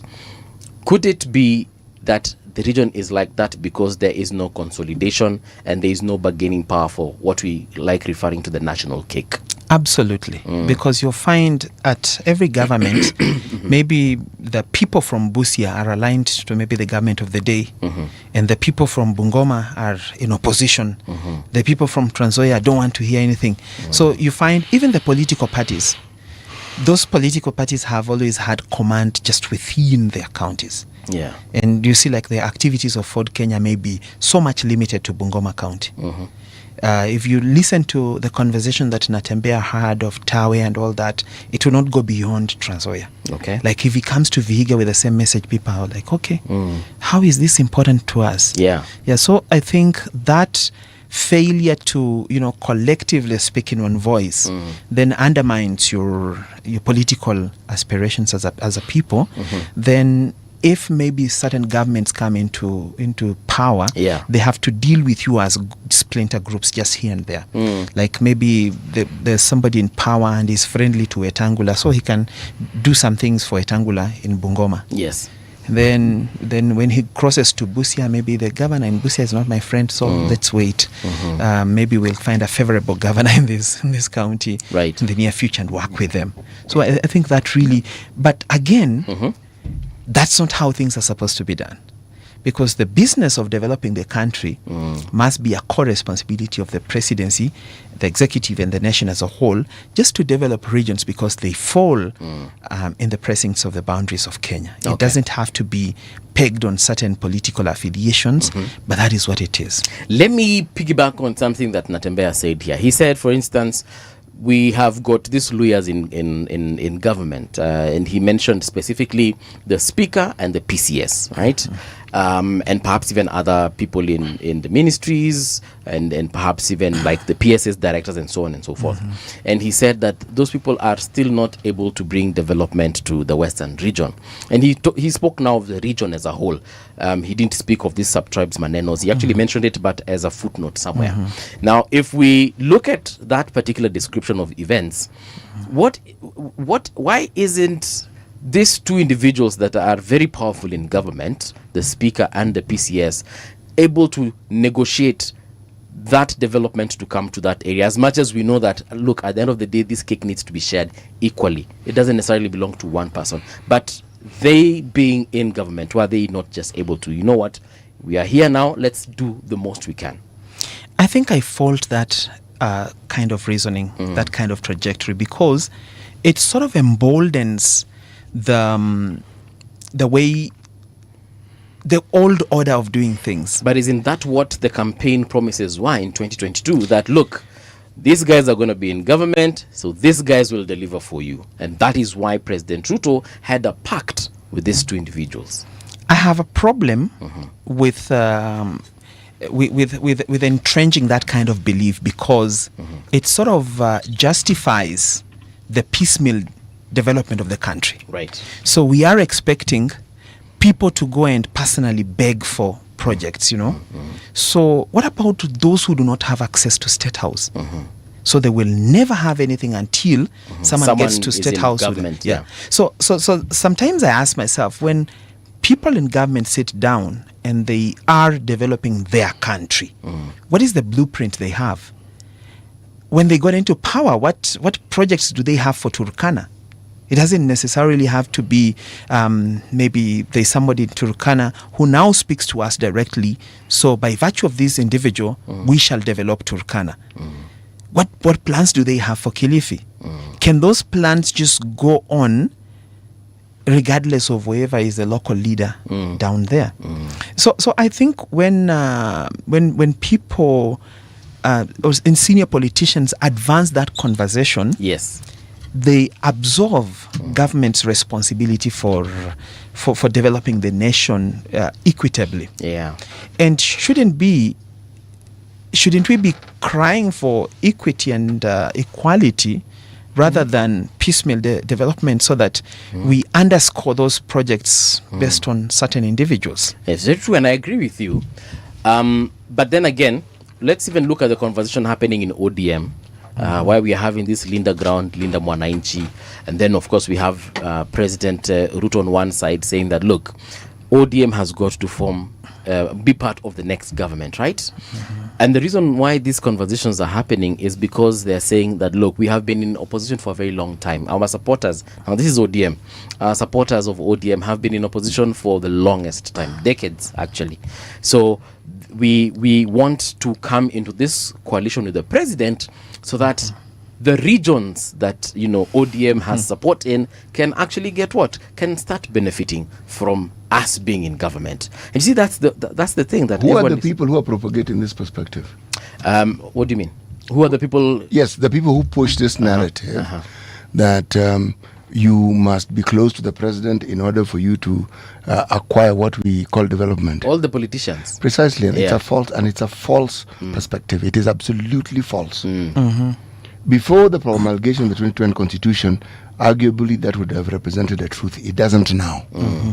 Because when you propagate that narrative, you are absolving the county governments completely of any responsibility. For sure. The fight ought to be, how do you devolve more functions to the counties?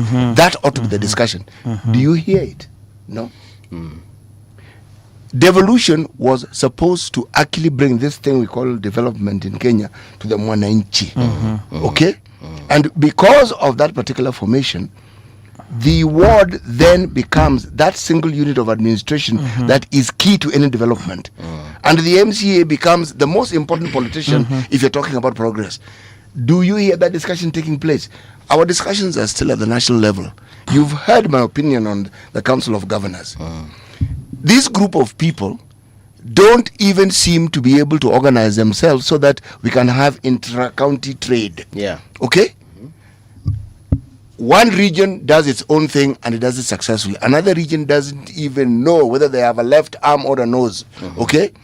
Another region, God knows alone what it is that they do. Now, you have the means. You have the resources. They keep complaining these resources are not enough. But, again, a false narrative. How can you tell me that 1 billion shillings is no money? 1 billion. There is no count that receives 1 billion. Really? The least is, I think, something like 4, if I'm not wrong. Okay? So, what do you do with this money? From the time we had devolution,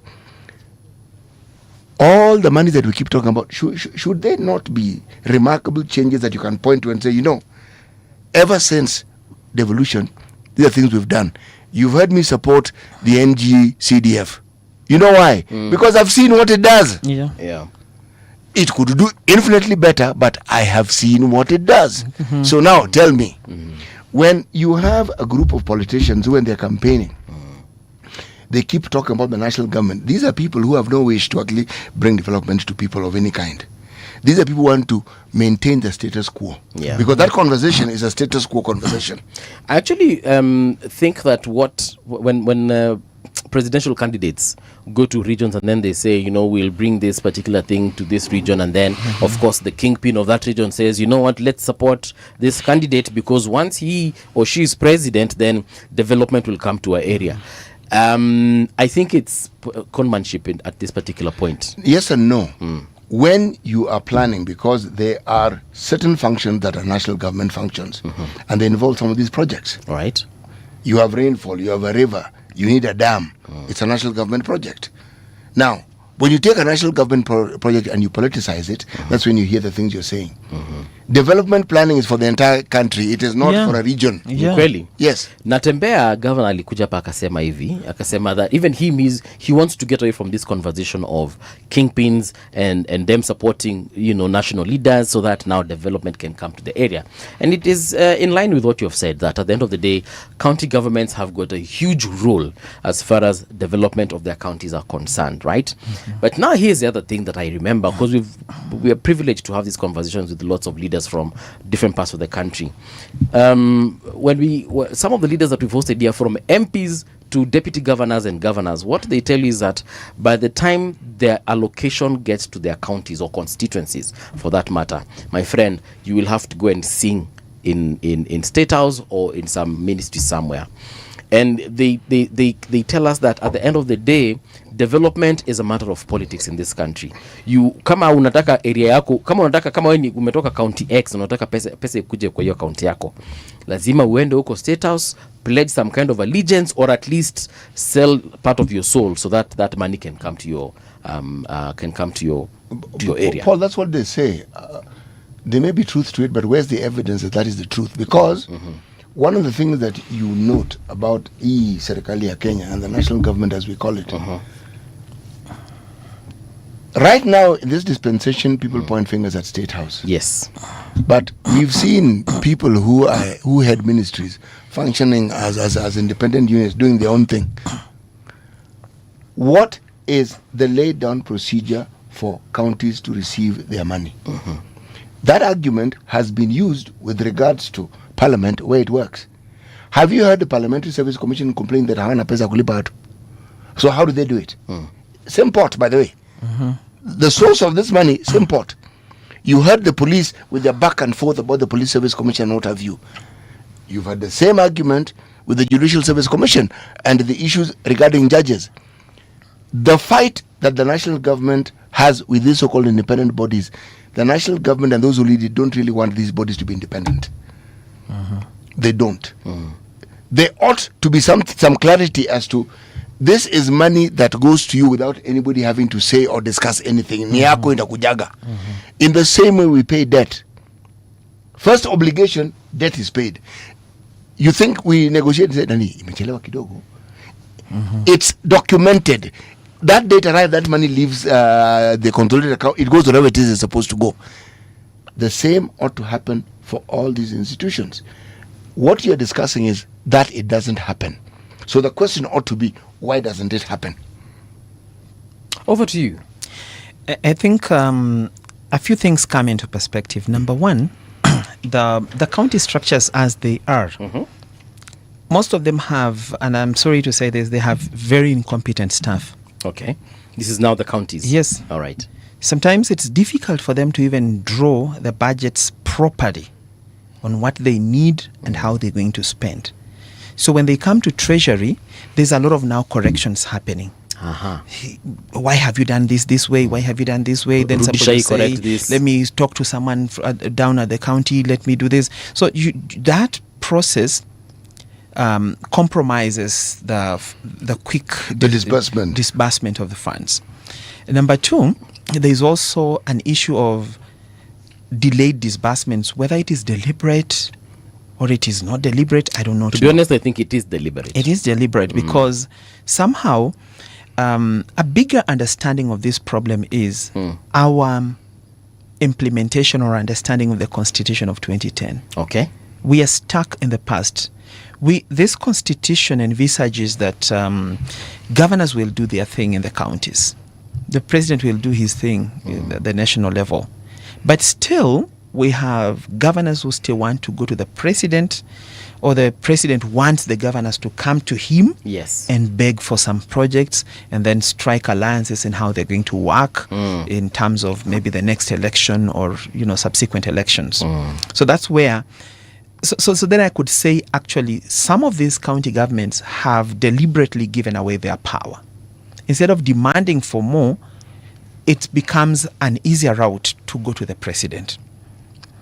The senators, who are supposed to be custodians of devolution, the Senate has primarily become maybe a place where I could call it maybe a clinic for corrupt governors, where they just go for a checkup.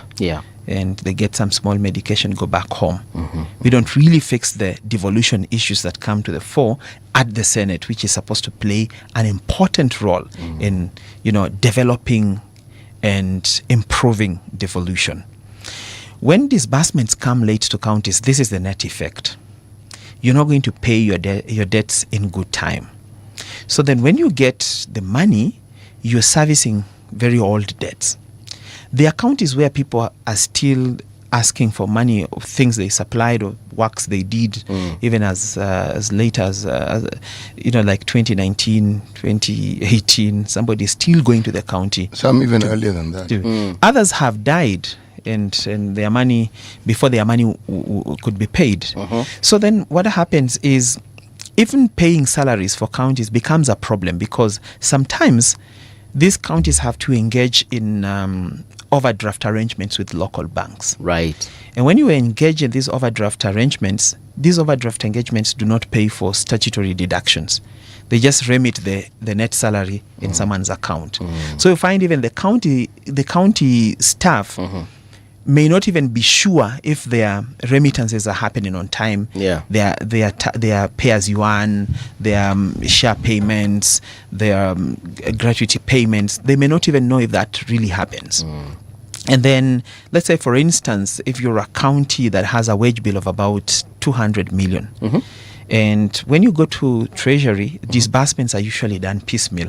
They don't give you, this is your 4.5 billion. Okay. You come with your expenditure lines, and they say, well, you are asking for 600 million, but for now we will give you 400 million. Why? That's where the question is, why? Because when I hear, for example, Mandera County received 9 billion in the last financial year, you want to tell me that I couldn't get 9 billion? No. Okay, here's your ATM. No. Withdraw as you wish. Every other time you have to go to the exchequer. So when you get this money, you have set first of all your wage bill of about 200 million. You're remaining with 200 million. Maybe you have debts running from the first county government 2013 to 2017. So you applying FIFO, first in, first out. You check out a few of the debts and sort out maybe up to about 100 million. Then I get to see where the problem is. So then you sort out new debts, maybe 20 million. Right. Then you're remaining at about 80 million now to do development for the entire county. And he's being nice and polite about it. That settling of debts doesn't quite work out that way. Yeah, it doesn't. That's why we have some serious pending bills in all these. There are people who supplied last week and they'll be paid next year, but one. No, they'll be paid immediately when they are being paid. And there are those who supplied 3 years ago and their money are still waiting to be paid. Yes, and the level of corruption at the county levels is saddening, because even can you imagine? You supplied or you did works for the county. You're supposed to be paid 5 million, but you must pay someone $1 million before they. No, it depends on when. They're greedier than that. You'd think it's 10%. They can ask you up to 70% of what it is that you've done. Yes, they are a fairly shameless lot. Mi nitakuroga. So as as City said earlier on, we find it very convenient to heap all these things at the executive. But what is the responsibility of county governments? What are they doing? Like when a governor finishes 5 years, what is that one thing he can stand before his people and tell them, this is what we fixed in 5 years? So, for example, a couple of weeks ago, I think it was when President Ruto said something to do with Ukambani. Ile barabara inaenda kwa kina Kalonzo Musyoka, akasema hiyo barabara yekwe tarmac. And of course, akasema Kalonzo was at VP for 5 years and did nothing about it. And of course, minister for several other years and MP for others. So akasema bwana, hata nisaidio jamaa, you know that. So when the president says something like that, na sijui kama barabara imeanza, nitaenda kuiangalia. But when the president says something like that, and he comes to Western Province, like Western County, the Western Province, region, like he did yesterday, and then he promises the things that he promised. That actually puts him in a position of like, without me, you guys, you will forget your county government. Mimi ndio kusema. Dr. Malombe, your governor of Kitui, can say what he wants, all he wants, but if I do not make it happen, it will never happen. So it's either you guys, this region, through your governor, pledge allegiance to me, or forget about development. I think I beg to disagree. You see, the president sits in a gap, that has been created by the local leaders. If a county has, like, let's say for instance, Vihiga County has, where I come from, has 5 sub-counties. Those are constituencies. These 5 MPs plus 1 senator plus 1 woman rep, these are 7 leaders, right? Plus their governor, these are 8 leaders. What plan do they have for Vihiga? When they sit down, or if they ever sit down together, do they ever sit down together and say, this constituency starts from this point and ends here. We want a road that links all our constituencies. So wewe fanya hii yako ufikishe hapa, where the border is, then I pick from there, then this one also picks from his border. At the end of the day, the whole county has a road network. But do they work together? So when they do not work together, the other guy in constituency X is doing his own things. The one in constituency Y is probably things giving women chicken to rear is the best thing, and does exploit so people that. in his county have chicken, but they don't have roads. Yes. These other ones have roads, but no chicken. Yes. So when the president comes, he looks at a whole, he looks at luck. Like everybody standing up, does not stand up to welcome the president. He stands up to ask for something. Then he has to do it. Okay. But if these leaders were working together and improving the livelihoods of their people in their various jurisdictions, then the president will not have access. Someone else will not pay for your wife's salon money if you did. It's true. But if you don't do, Someone she'll will surely have a new hairstyle. Yeah. And don't ask. Yeah. Nisiulize nikaange tu nikijua Since you didn't pay for it. Yeah. hiyo ni mbaya. No, si mbaya, ni ukweli. Bro, hiyo ni mbaya. Paul, the old way in which we understood development, remember, a member of parliament was also the same person who could be a minister. Yeah. Okay? It was understood. And the way in which development was understood is you got your people jobs. Okay? Some by the lorry load, some by the lorry's load, etc., etc. Musalia Mudavadi's father, when he was minister, Moses Mudavadi. yes, Right. Mudamba. When he was minister of local authorities, he did wonders. People from Figa benefited. When he was in Education. education, whoa. Watu walienda university. What? Teacher training college? Oh. Don't joke. Eh. When he was in water, Mulikuwa mnaogelea kwa maji huko. what I'm trying to say is, you know why people remember him? That was how people measured the effectiveness of a leader. Somebody who did things for his people that counted, meaning you didn't need to go to him for handouts. He had already ensured that your people have the means in which they can earn a living and help their own families. That was then. He dignified their lives, in short. Yes. and they welcomed it. Now, in that region we are calling Western, Yes. you'll find somebody like Masini Muliro standing out. And why he stands out was, as a political leader, he stood for something and people recognized it. You're going to have great difficulties looking for somebody else whom you can point a finger at and people will say, you know, this guy when alikuwa hivi, tulisaidika hivi na hivi na hivi na hivi na hivi. We bring in the county government to remove all that and say, now it is money that has come to you. Do your thing. Ni yenu, sasa mpangeni vile mnataka. So then, what is ailing Western region really? If it is not the president, What is ailing the country, Paul? No, Because what I- is ailing Western is the same Yeah, thing that is it can be ailing the rest. extrapolated across board. Yes, same thing. you know, and the reason I'm asking this is because Western has been on our lips now for a very long time. I want to understand. And now you told us there are all these many, you know, subtribes. So clearly, maneno ya kingpin tusahau. Yeah.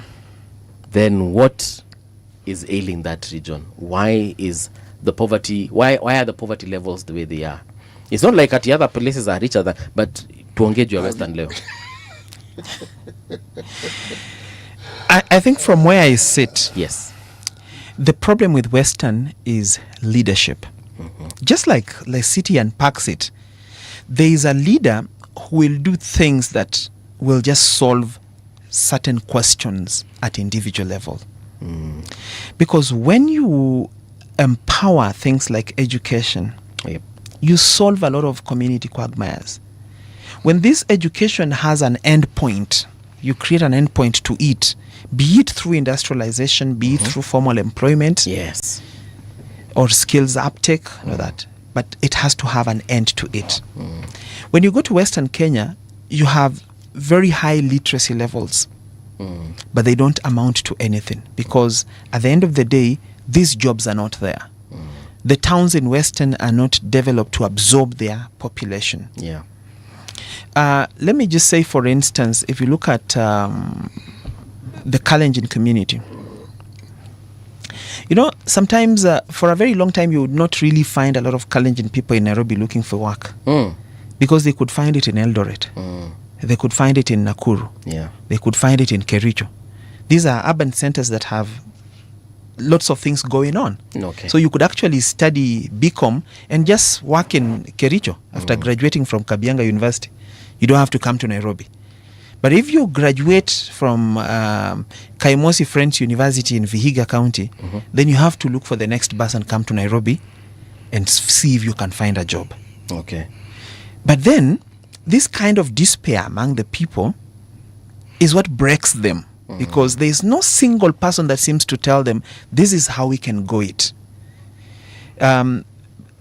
Salia's father Yes.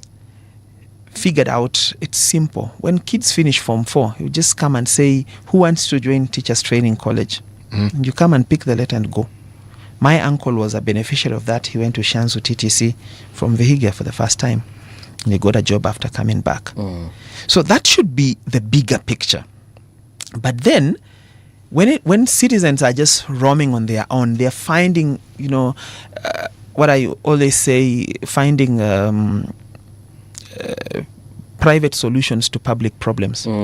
When you don't have a road, you try and come out as a village and make a road for yourselves. Mnaweka mawe, mnakanyaga, then your leaders are like, these guys can sort themselves after all. Also, I think it's a bigger problem, as City says. It affects the whole country. True. But then what can we do about maybe breaking the seat of power from Nairobi to other places? So that would mean, devolving further. If health is a devolved function, why do you still have Afya House in Nairobi? If agriculture is a devolved function, why do we still have Kilimo House in Nairobi?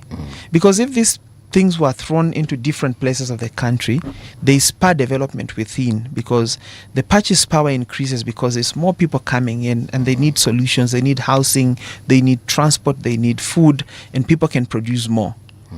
In Vihiga, I cannot grow banana because my neighbor still has banana. I can't sell banana to my neighbor. But if I had a value addition project by the county government that allows me to process this banana into something else, to add value to it, then I can sell it to the next town.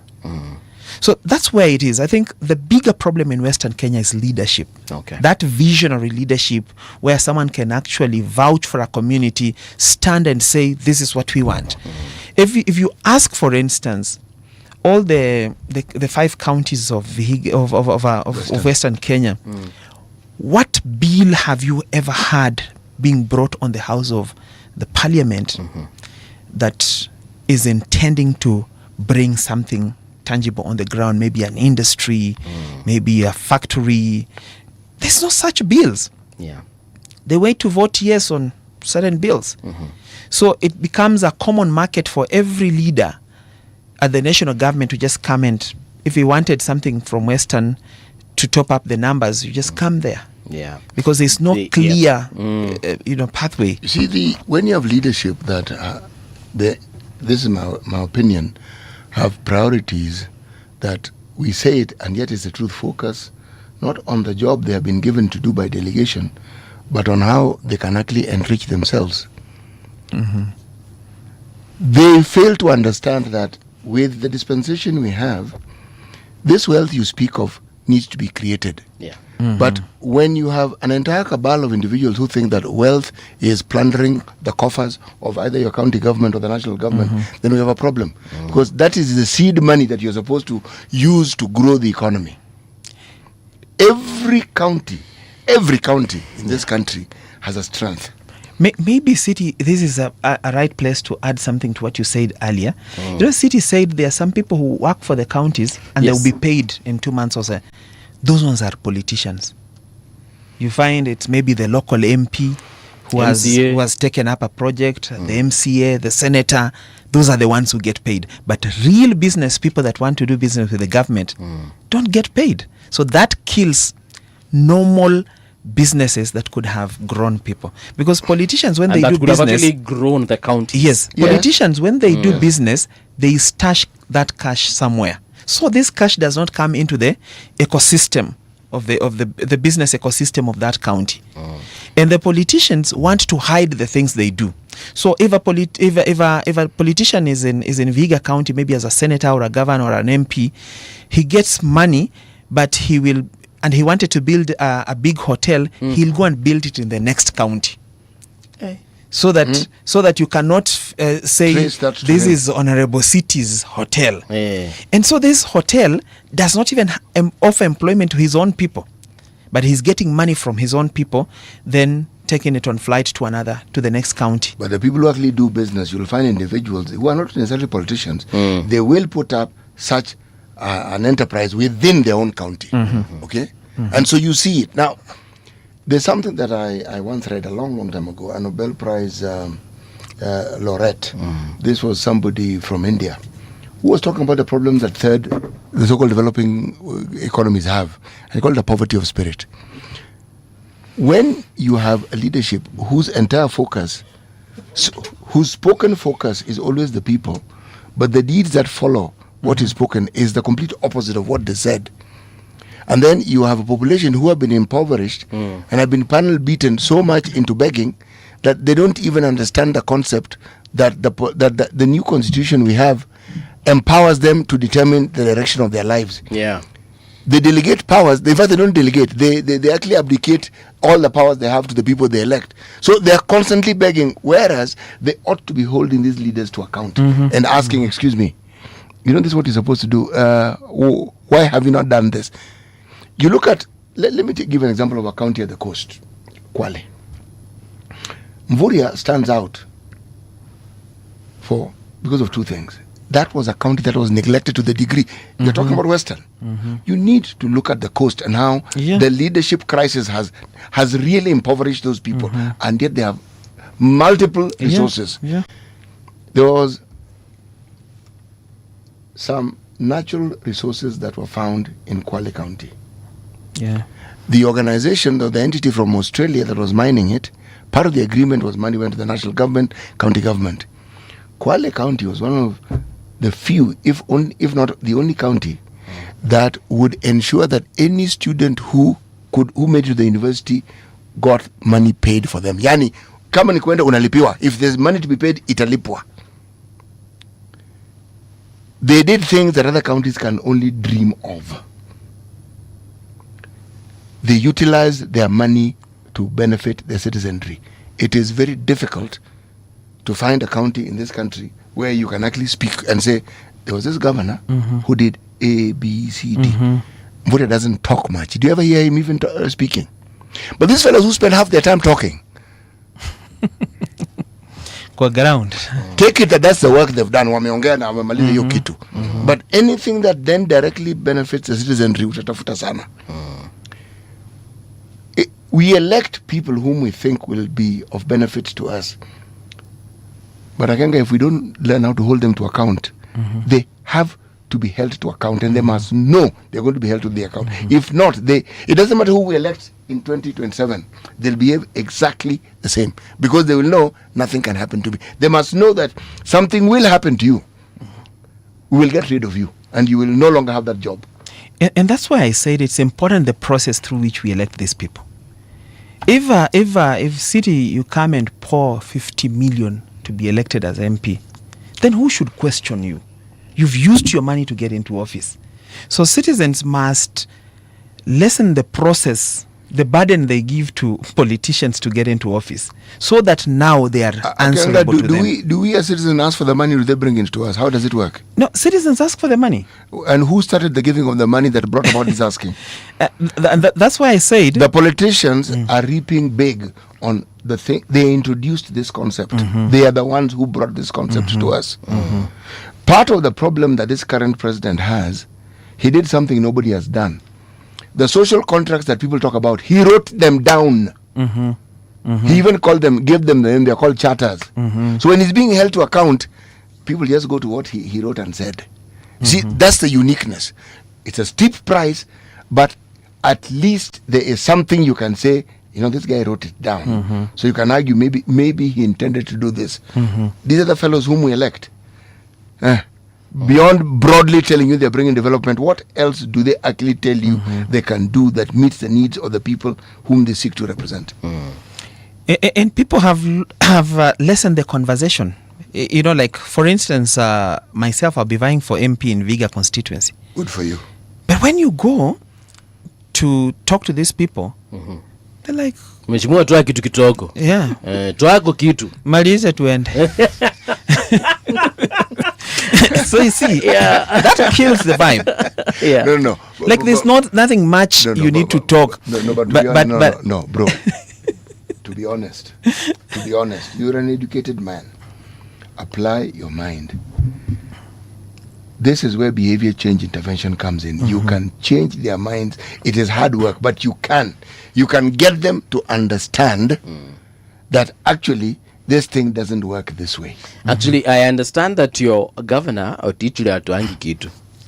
Nasikia yeye hakuna kitu natuanga na pato kura mnampea. I mean, if he can do it, then you can do it as well. I do not know that part. I don't have credible information. Actually, he is reputed from the time he was an MP. Alenga, we've come to the end of the show. But look, I like what we've established here, that at the end of the day, it's not the president who's coming to save us. It is actually our county leadership. Yeah. And if the conversation can actually go like that by 2027 August, I think it is 10th that we are voting, perhaps we shall have a good we shall vote in some good leadership as far as counties are concerned. Like now that you've told us you're vying, utakuja tuambie unataka kufanyia watu wa hiyo sehemu yako inaitwa aje? Vihiga constituency. Ni constituency. Okay, sawa. You will come, we'll talk about what you intend to do for your folks and perhaps how we can change our patterns as far as voting is concerned. All right, this is where we come to an end. Alenga alikuanga ni political advisor rather. We wanted to talk about Western, but I think this conversation is incomplete. A big shout out to akina Ken Mugolo, Mohamed Murunga as well, na My Tech 2.0 wanapigana huku online as far as the number of tribes that are within the Luya nation. But that is a conversation for another day. Do stand by for the news. Don't go too far. We shall be right back. From Miti Kitten Range, we celebrate the spaces where Suhoor is prepared with love, bringing peace and unity to your morning. Comfort Living Moments, brought to you by Tile and Carpet Kenya.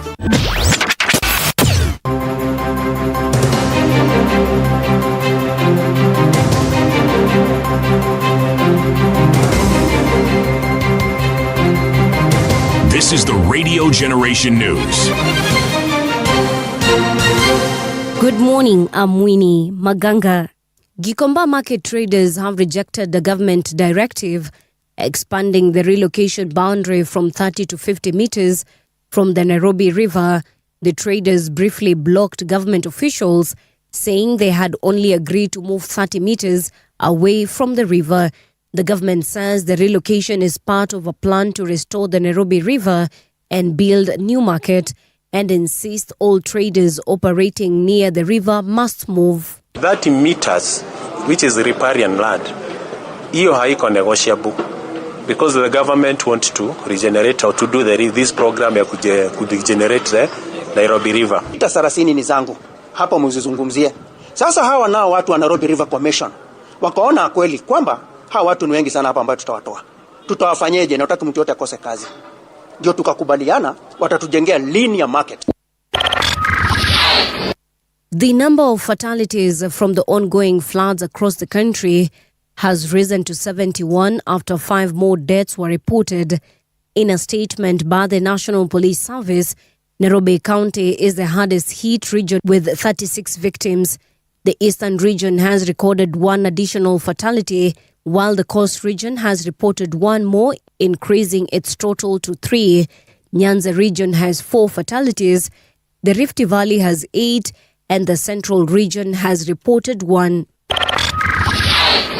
We will dismantle lies and propaganda spread by the opposition, Deputy President Kithure Kindiki has declared. The DP said going forward they will go eyeball to eyeball with opposition, he said, are only interested in propagating insults, lies and tribal division. Kindiki was speaking in Meru County on Tuesday. Hii Meru yetu hii, every week mimi niko Meru. Natoka Meru naenda Pwani, narudi Meru. Natoka Meru naenda Kisumu, narudi Tharaka Nithi. Natoka hapa Tharaka Nithi naenda pale Narok, narudi Meru. For every 1 trip that the opposition makes in Meru, I will make 20 trips. Na mimi naenda kuwazamisha. Dawa ya hawa watu ni mimi. Only 10 bars will be allowed to operate in Gatitu area of Nyeri County. This is a directive from the Nyeri County government following a rising number of deaths linked to alcohol consumption. At least 4 people have died in the past 2 weeks after drinking alcohol suspected to be illicit brew. Here's Nyeri Governor Mutai Kahiga. OCS, OCPD, hakuna bar iko na license na utiambiwa ya last year. Hakuna. Kuanzia sasa bar zote hazina license. Hizo 10 mutachagua ambazo zimefanya vile zinatakikana. Hizo ndio zitafunguliwa. Hizi zingine Wacha tupambane na wanaume. This is the right time ya kusichunja, si ndio? Kwa hivyo tutaangalia club kulingana na tabia zake.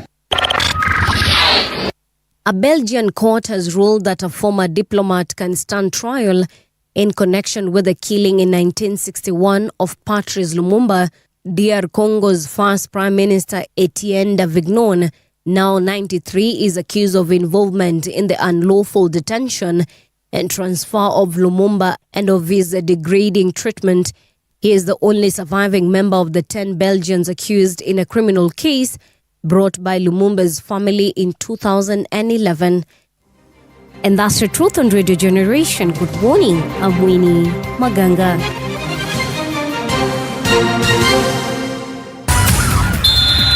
Sports on Radio Generation. Good morning, I'm Samuel Otieno. Morocco have been declared winners of the 2025 African Cup of Nations after the Confederation of African Football overturned their final defeat to Senegal. Senegal had originally beaten Morocco 1-0 on January 18th, but the match was marred by chaos when Senegalese players refused to continue after a stoppage time penalty was awarded to Morocco. Following a 17-minute delay, play resumed and Senegal scored an extra time winner. CAF has now ruled that Senegal forfeited the final, awarding a 3-0 to Morocco. Chelsea suffered their joint heaviest defeat in a two-legged European tie, losing 8-2 on aggregate and 3-0 to European champions Paris Saint-Germain at the Stamford Bridge. Kavicha Kvaratskhelia opened the scoring after just 6 minutes, with Bradley Barcola doubling PSG's lead with their second shot of the game in the 14th minute. It effectively ended the tie as a contest, and substitute Seni Mayulu piled further misery on Chelsea in the last 16 meeting. And that's your sports update on Radio Generation. Good morning, I'm Samuel Otieno. Sports on Radio Generation. The views and opinions expressed on this program are those of the guests and do not necessarily reflect the views of Radio Generation. Radio Generation assumes no responsibility or liability for the interviewee's views. This is Radio Generation. In the beginning, there was morning radio. But now there is Radio Generation's The People's Breakfast, curious and bold, getting facts from the shadows. That's what it is. Now, as the city wakes and secrets stir, a bright new voice shines. The People's Breakfast, your morning, your voice, your journey. Good morning. Good morning, my neighbor. Welcome to the home of hard truths and bold insights, Radio Generation. Welcome to Radio Generation. This is the People's Breakfast. I'm with Siti Muga in the studio. Siti, you've heard the way we have been told that the Luya Nation has got several subtribes. These folks seem to be a lot. Do the Kambas have subtribes? No, we are just Kambas. We don't have subtribes. Hizi ni Wakamba. Watu Machakos na watu wa Kitui na Makueni same. We speak the same language, a few words in variation, even the accent na variate kidogo, lakini it is the same Kamba. Mkamba wa Makueni ataelewana na Mkamba wa Kitui. Na Mkamba wa Kitui na Machakos wataelewana. Let me tell you, do you know that Honorable Charity Ngili is actually from Makueni? So Ngilu ndio alikuwa anatoa former governor wa Kitui, yes. Yeah, no. Not Charity. Ngilu. Husband ni Ngilu. The husband is from Kitui. Ndio wa Kitui. Sawa. So and venye Mheshimiwa Ngilu alikuwa anaongea, you can't even tell that she's not from Kitui because she integrated completely, akala hata words za Kitui na maisha ikiendelea. Traditionally sisi Afrika inakuwa hivyo, when you're married when you huko na hivyo ndivyo inakuwa. So like I was saying, I didn't know these things about the Luya Nation. Now I know a couple of things, and now I understand in terms of their unity why kidogo tuko na ish hapo hivyo kwa unity. The thing about the unity, if you find those divisions, it means they're curated. Inaitwa delay ama nini? Mimi nafikiri still going on. Karibu sana professor. But you can ask me one question. I will ask you about Nairobi. I will. All right. Karibu sana Haman. Passing. Yeah, we wanted to discuss Nairobi also, mbona umeogopa? Na uniambie Ruto yako sawa. Hiyo ndio kuuliza. But how are you otherwise? I'm okay. It's good to see you. All right. Yes. Na unajua sasa Muga, sisi na wewe tumezoeana. When you get lost like this, I get worried. No, I will rectify. I met Professor outside there, then he's asking me, "You're not on the show?" I told him, but I am. He was watching the conversation we're having. So he's seeing me walking outside. He's like, but so... there was that delayed transmission. Yes. Professor Herman Manora, welcome. Thank you. Yes, it's been... tumekumiss sana. Na mimi pia nimeshangaa niwakosea nini last time nilikuwa. City amepoteza namba yako by any chance? Nafikiri. Unaonanga status zake on WhatsApp? Naona kwa hai lakini nashindwa mbona. Nilikosea wapi? Professor, what is happening at Nairobi Hospital? So much is happening? Yeah. But what is happening? What is happening is what is happening. Yeah. Yeah. There was a time. Yes. President Carter was asked a question. Yes, this is the American president. Yes, the late Jimmy Carter. Right. And I'm referencing what you've just done. And he was asked, Mr. President, do I get the impression you don't want to answer the question? Yes. And his response was, it's a beautiful day, isn't it?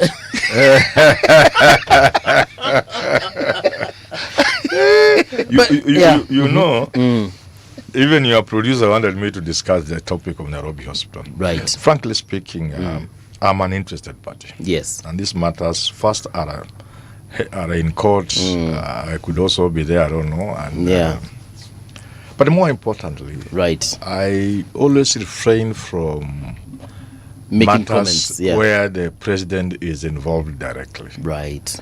Because I don't want to be seen to be engaging the president in what could be seen to be disrespectful manner. Yes. So I you refrain. I refrain. And it is okay. It is because you know fair. mimi nikiwachilia bunduki zangu zinatupa tu. Firing on all kuna jamaa alituambia jana, nimesahau jina yake, alisema kindly bring Professor Herman Manora to comment on this, and you have commented, so I think we will leave it at that. I think we leave it at that because really basically where the president is involved, I don't want to get directly involved. Okay. Let the politicians unaona sasa wanagongana wenyewe. Let them do their job. Lakini sasa president pia jana amegonga politicians wenzake. I'm sure you watched those clips. Na pia wenzake walimgonga venye walimgonga. And I think hao ndio walianza. What do you make of that it's not even a duel. It's a back and forth. Yes. What do you make of that? I'm not qualified to advise the president and the rest of the people fighting. But as a senior citizen, they are my juniors in age. I've eaten more salt. And I can you have greater carbon dating. Yes. There goes the scientist. And I am qualified, and I have a responsibility on behalf of other Kenyans to call our leaders to order. That I can do. That I have a responsibility. Okay. As elders, we must guide the nation. And we can only tell the president and the other politicians, Gachagua, Matiang'i, and I don't know who else in between. What they are doing is not right. So we must call them to order. Yeah. Tell them, you see, children look up to you. There must be a limit to how low you can go as leaders. Because at the end of the day, we have everybody looking up to you for inspiration, for leadership, for guidance. So we cannot allow our children to consume that kind of filth from our leaders. Now that one we shall call them to order. Yeah. All of them, without exception. Yeah. Because, you know, we had what Dr. Matiang'i said, we had what Rigiji said. Yeah. And of course now yesterday and you could tell the president was very angry. Very angry. Because the way he said it, the words that he used, for the very first time, I actually felt as though I had seen my dad when I was a young child, when I had now done something extreme. Yes. Like nimevunja taya gari yake. Hiyo sasa hata nimaliza kunimaliza. That is how I saw the president. You see, there was a time, my pet topic about intelligence, I don't mean I'm an intelligent person, but I thank God for the brains he has given. It may not be a lot. My pet topic of Kenyans and intelligence and advice. When you are a leader, keep company of people who can advise you, and even in an anticipatory manner. After this Hague thing happened, after the Waki envelope, that envelope that contained the 6 names, you remember? Yes. The Ocampo 6. Yes. Raila was going out of the country, I think. And I pulled somebody aside. That time I wasn't very close to Raila. At least we knew each other, but not as very close. I mean, later on, is a man I could pick my call and he would call, or I just look for him physically and I'll tell him, ambia watu watoke nje. Nataka kuongea naye. You know, that's how we became. But before then, so I got somebody close to him and I said, look here. Now that you are stepping out of the country for the first time after this, Uhuru Kenyatta and William Ruto have been indicted and their names put in public there. That is the main thing the Western press will ask you. Tell him that is what the Western press will go for. The first thing. And this is what he must avoid. Because the impression then being created that he's the one who has fixed these people because they are his main rivals. But either the person didn't tell him or he ignored. And when he went, that's the first question he was asked. And he made the same blunder. So, what I'm trying to say, yes, the president should keep company and counsel of intelligent men and women, people like Monica Juma. And they should have the courage. I know they don't have the courage. I've been close to these politicians. Also, when you are looking for advisors, look for somebody who has a measure of courage, who can tell you things nobody else is telling you. They must know when these things started happening, the president was going to get on edge. Okay. A good advisor would have known. The temptation to get annoyed and angry was real because he's a human being. All these people are human beings. So his advisors would have known these guys can hit the ceiling, can hit the roof, as they say. Because it's this extreme provocation. You see, when people are saying he's the one who is buying Nairobi, and this may not be true. I'm there, I know it's not true. So you are going to get annoyed. And when you get annoyed, your opponents celebrate. Because now they have dragged you to where they can now punch and They've pound you into the mud. Pound you. Yes. Now it's not a mud fight. Yes. So you're now, all of you can get dirty. So that presidential poise, pole sana. That presidential poise, unaweza yakelea tu hapo kwa meza. It is safe there. Is diminished, dismantled and diminished. You are no longer presidential. You look like a common person from Kamkunji. You get it. So your opponents will be very happy to see the president being brought down to that level, throwing words in anger. So advisors must be chosen carefully, and they must do their work. Once you accept to be a presidential advisor, please advise the president. But now, when we're looking at it from a different perspective, now even his opponents know that if you go there, he can actually go there. Perhaps even he can get dirtier than you. Yes. Perhaps he can throw even heavier punches than you. Because yesterday, what we witnessed, I feel like he threw heavier punches than actually the punches that were thrown by the other side. He didn't. When you are the president of a nation, the things you know about individuals, especially those who purport to represent an opposition against you, you will know details of their lives that you dare not even say in public. So if you ask me, he didn't go all out. There are things he knows, and he really knows, and he knows in details. What he did was allude. You see, for example, exactly. And you see, by doing that, what he did, his opponents know, okay, perhaps this is not the direction to go, because kama hiyo ngumi imekuja venye imekuja, my friend, inaweza kuwa heavier. Paul, let's go a little back into history when we started understanding what it is that hate speech does. There was a period of time when people were throwing barbs. The Uhuru era, people were throwing barbs at each other. Babu Owino was among the people who was known to say things that you wonder, surely this guy also. Okay? There are some things he said, I'm sure even Raila was like, hey, bro. But that's now where the problem is. Yes. So the people have succeeded to bring the president down to do what he's doing. But how safe is the president in terms of what people also know about him? Yes. Because we live in a country where we all know about each other. We do. And once we open that floodgate, there's no limit to what people can say. But now here, there are two things. The president is also a smart politician. He can distract attention from major issues then this becomes the preoccupation. The Kenyans are, this is just entertainment. You see? But the opposition can also be smarter than him. They can see the trick. They can see he's dragging them into this to distract them from the major issues of the day. So they can leave that to Kina Babu Wino, Kina Malala. Yeah, because those ones are allowed to get that. Kina Medhu. Those ones now can. Now then the president runs the risk of now being forced to play in that league. So that the rest elevated themselves beyond. That's why I thought even Kina Matiang'i, they also didn't think. Sasa unasema msikuli kwa bibi yako. Kwani? Sasa bibi ya president anakuhusu nini?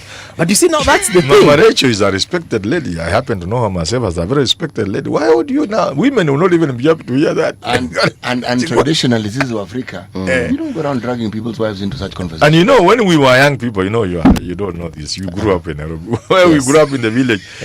The thing that always brought a fight is when you mention somebody's mother. Oh no, you're Quisha, there's a fight. Oh no, that even here in Nairobi. However weak a man is, ita tu mama yako. A fight. Hata kama ni weak na mama. Just mention mama. Don't say anything about the mother. Just say mama yako. Fight. Hata kama ni weak na mama. Even if you are a giant. Ilikuanga ni mamako. Mamako. Fight. More. So I mean, and therefore even for Matiang'i, they also didn't think hard. If they had thought about it, they would have left other people to deal with it. Then you because they also, the moment you also get annoyed, you end up saying things like Duale, kwani ni ya mama yako. Hii pesa ni ya mama. Hii pesa ni ya mama yako. So how women got annoyed. And so therefore leaders have to be careful. And I'm not talking about these three. Yeah. I'm talking about leaders across board. They must be careful. Anger is a very bad thing. Anger in leadership. Or in fight, even in war, kingdoms have been demolished because kings got angry. Yeah. In the course of a war or led to war. The president mentioned a leader from Kitale, and maybe I don't know. I think he was talking about Eugene Wamalwa. But the point is, he mentioned this leader from Kitale, and then he said whatever he said about this leader in Kitale, that he cannot take care of his family, hata hajajenga kwake, ndugu yake alikufa, he has been unable to do anything for the ndugu yake familia ndugu yake yenye aliacha, and the crowds cheered, and I was actually very shocked that their person was being attacked and they were okay with it. Paul, do you their know person could be qualified because that was in Mount Elgon. Yes. And Mount Elgon is a Kalenjin zone. But that's not even, that's crowds are like that. Shakespeare brings it out in Julius Caesar. When Julius Caesar is assassinated by the senators. When the senators, after assassinating Caesar, come out to explain what they have done. The most eloquent being Brutus. Brutus said, if there's one who loves Caesar here, yes, there's none who loves Caesar more than me. Yes. But I killed him because I loved Rome more. But wait until Mark Antony comes. The same crowd has turned is looking for those guys. Crowds can always. But remember, crowds are very interesting. When somebody who is in authority is brought down and diminished, the crowd love it. Yes. Crowds love blood. Yeah. They love a punch. And they would love to see somebody who's elevated being brought down. They like finishing people. They like drawing blood. Your crowd inapenda sana. Wanapenda carnage. Yes, they do. That's what you're calling it. Yes, they do. Because life is also so boring for them down there. They live in misery. They want some little entertainment. Because you people, when you are bored, you go and have a drink in a nice joint. You go for entertainment. They also love this free. The ones who used to naona cinema ya bure. I forget what it's called. The mobile theater. Yes. Mobile. Yes. Factual films. Factual films. Now, you know this thing you do call voice over. Ile DJ Afro. Yes, the voice overs. You need the voice over because you can see the movie and the words and the mouth. They never. There was no sync. You'd find the words. But the entertainment. Yeah, galore, and the whole village has gone to watch this movie. Paul, you need to understand that whenever people argue that the citizenry don't understand what it is that the representatives should do for them, they do. They also understand when they've been let down. They do. The avenue to express their disappointment is what is often lacking. Okay. So when you find a roadside commentary, because it was a commentary that the president presents, and he's dressing down certain leaders, the crowd feel, yes, this is good. At least now, some of these fellows who ought to have been looking after our interest are being given a dressing down. Momentarily, you may think this is not important, but actually, it is. It touches a nerve. Why do you think, for instance, in our politics, when people are campaigning, they spend less time telling people what they're about to do, they spend more time telling you how useless the opponent is? Yes. Why do you think it sells well to the crowd? Yes. Yeah. The crowd buys it very well. And the crowd love it. And the politicians know this. And because they know this, it's a tool that they use. There are very, very few politicians who have never needed to do that. In the earlier hour, yes, when we were talking about this, I quoted to the guest whom we had a time when President Moi referred to to Jaramogi as a blind old man leading people. And Jaramogi Jaramogi responded and said him he doesn't know why somebody with throat cancer is talking to him. So and he put his so into, he said, well, we are being chided for having eye problems by people who are high and above. Round and above. Not round and about. Round and above with more serious ailments like throat cancer. You know, you don't play with an intelligent man like Jaramogi. So, the thing about when that is all that is said and it stops there, it stops there. Okay? What I find apprehensible is that when we are in electioneering season, and they are setting the tone for the rhetoric that you can expect. See, this is tone setting, or called agenda setting. And we can't allow it. No, yes. As a senior citizen, yes, I am calling the politicians to order. And I have a right. Because this is my country. This is our country. We owe it to our children and grandchildren. We owe it to generations to come. At moments like this, when the temperatures are high, I'll call upon our leaders. And I'm calling them to order and call upon them to be careful, because with the sort of temperatures we have now, as we go to 2027, we can burn our country. We can't allow it. No, we have to call them to order. Yeah. And I must tell Matiang'i, Gachagua, Kalonzo, Ruto, being president is not everything. In fact, I keep laughing. And I know people stop me sometimes asking Manora, why do you speak? I say, this is a poor, dirty third world country. Look, you want to kill yourself to be president of such a poor, dirty, inconsequential third world country. But someone has got to be president. Look here, if you stopped 100 people in New York, in the street of New York, and asked them, Kenya, out of that, only maybe five will have heard about Kenya. And out of the 5, they'll say, oh, it is the capital of Nigeria. One day I was very annoyed. I almost punched. I don't know why. I didn't know I love this country. That's the time I knew how much I love it. I was talking to somebody in Johannesburg at the airport. And I was so annoyed he didn't know Kenya. I almost punched him. Yeah. I found myself almost punching. Is he an African? Yes, South African. And he doesn't know Kenya? Doesn't know Kenya. I almost punched him. That's the time I knew how much I love this country. The idea is, this is a small little country. It is a jewel, but imepakwa uchafu. So the star is not shining. It is dirty, covered with dirt. You can't know it is a star. Okay. Why there are people fighting over it? Why can they first of all remove the mud from the star so that it begins to shine? Then you can fight over it. Okay. I don't know why do they want to make being president a matter of life and death over such a country? One day I went to see a PS who used to be a friend of mine. He used to be. Yeah, he's no longer a friend. I told him I don't want to hear anything about it. So I went to see him, and he made it look like it was very difficult seeing him. And because we met at the airport at some point, and I told him what I wanted to be assisted with, and he told me to come, and it was a very simple, straightforward thing. So I went and opened his door. The secretaries were very mad. Yeah. I think somebody was entering, then I held it. I told him, my friend, why are you behaving like being a PS is a very important thing? Oh. This is a very small job, which if I'm given, I will think twice before I take it. Maybe I may take, I may not. Why are you behaving like this is a very important job? Then I went away. Oh. Yeah. And that is how the because you ended. see, unless you put things where they belong, you may kill yourself fighting for things that are so useless. What is being a minister in a country like Kenya? But you go to other countries and you take tea with somebody in a small joint. Then when he has left you are told, what was the minister telling you? Which minister? But the guy you are sitting with is minister. What are you talking about? Yeah, and we've just been chatting here. Yeah. You ask him what kind of part of where you come from, America or Africa, where Kenya, what? Then you 30 minutes the guy walks out, pays his bill and walks.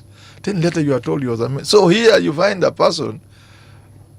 Kuwa waziri ni kama kitu ya muhimu. Kuwa waziri ni kitu gani kwa nchi kama hii? What decisions do you make? Other ministers in other countries are making decisions about Iraq, about Iran. You know how much money America is spending per day in the war? There are men and women making those decisions on a daily basis. Ama namna gani? Ni kweli. Kweli kabisa. Men are making decisions that are committing Americans to spend billions of dollars in a week or a day. What decision do you make here you are a minister? Kwenda kwa ofisi tu na kukunywa chai na kupiga simu na kuongea na warembo. Hiyo ndio inakuwa kazi yao Hiyo tu hata kazi gani nyingine? Sio mama nao wanaongea na nani? But someone has got to be that CS or that PS. Fine, but don't think it's very important. It's not very important. See, the point here is not that the job is not important. It's you make it look like yes, it is. you have misunderstood your role. Yes. You're a public servant, not a feudal lord. That's what I'm trying to make. When people come to see you, that's part of what you're supposed to do. Yes. Okay? Not make it difficult for people to see you. That's why you call a servant, a public servant, a civil servant. Now, the moment you invert that particular function and the understanding of it, that's when you have all these people in positions where they should be assisting and making sure that things work, and you find things going wrong because you have somebody there who has completely misunderstood what his job the details are. And that is and that is why, as C.T. Muga puts it, that's how come the people talking to the president, even the basic respect for the president is missing. First of all, the urge to be president is overbearing. That means you must think the president is something it is not. Because if you knew president is a position of service, there are certain things you wouldn't do, certain things you wouldn't say in your journey to become one. And then you'll also know that even you, tomorrow when you become president, there's something that you would also expect others to. So that kind of what I'm calling sense of balance, the sort of humility that goes with high office. You get it? Yes. So both the president and the opposition must know high office demands of each one of them to be humble. Because office must humble you. The moment the office doesn't humble you, it gives you hubris. Then you don't even understand why you are in that office. Yes. One of the things that the Roman emperors of note, one of the things that they did. There's one particular one who is known to have done this. Because they knew that what you call the triumphant entry into Rome, when they'd conquered some new province, some new place, and you have the throngs cheering you, they knew this could get your head. They knew. So they tasked this to somebody who would obey what you tell them implicitly, a slave. Because his life was forfeit anyway. So the slave would be behind you. Telling you are not a god. Whispering in your ears as you enter. You are not a god. These are the things. These things are deeply philosophical. We are talking about them here. Someone had to constantly remind them. Yes. You are not a god. You are entering, you're on your chariot. You are here, he's here telling you, you are but a man. You are not a god. You are but a man. These are the things we are talking about. Saizo umetoka kuconquer the entire Egyptian empire. My friend, the triumphant entry, it was something that is written about. It was something to behold. Okay, let's say for instance the whole of Nairobi, lines up Wakungoje airports. tuseme Mombasa Road, okay? Yote. Nairobi, kutoka kule wherever people live, they are lining up. Kutoka Kwanza City inakujaga tu kikuja na watu wamejaa. That's why they now said you can't cross with the army. Yes. The Rubicon. Rubicon, because now it was getting excessive. That ukikuja hapa, you disarm your soldiers, you now enter as a normal citizen. Yes. Because you're in a republic. Yes. So where's the emperor? Where's the dictator? Unaona, because ukiingia na jeshi, the likelihood of you taking over the Senate, because they had a Senate, was very, very high. So history teaches us these things. Now, one of the things that perhaps we miss out when we look at a situation like the one we've been discussing, where there's an exchange between high-ranking politicians, is this, the aftermath. I've heard people say that this is a dictatorship. Actually, the very fact that we're discussing this thing is what tells you it is not a dictatorship. In a dictatorship, you would not even comment. That's number one. In a dictatorship, there would have been no exchange of words and people are just going about their business. Kuna watu wangeshikwa. But by now, you would be wondering where so-and-so is. This thing happens in this country regularly, and people just go about there's rumor their on business. Twitter that by today, 10 o'clock, Rigiji atakuwa ameshikwa. Yeah. You've seen it? No, I haven't. There was something on Twitter. We cannot allow ourselves to get there. True. I must continuously remind our leaders. They owe it to us and our children.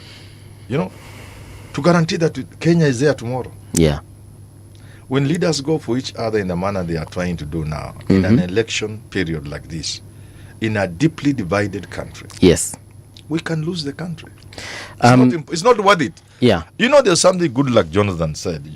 You may not have known because you are a young boy. But I know President Goodluck. CT, when this guy lost the first term, right, he did one term and lost. There's something he said. There are two people, Mahama and Goodluck Jonathan. I really followed what they said, apart from saying the phone didn't ring and you wondered whether he'll go in Arabic. That is what people remember. But he said something. He said there was a lot I could have done to retain the presidency. Yeah.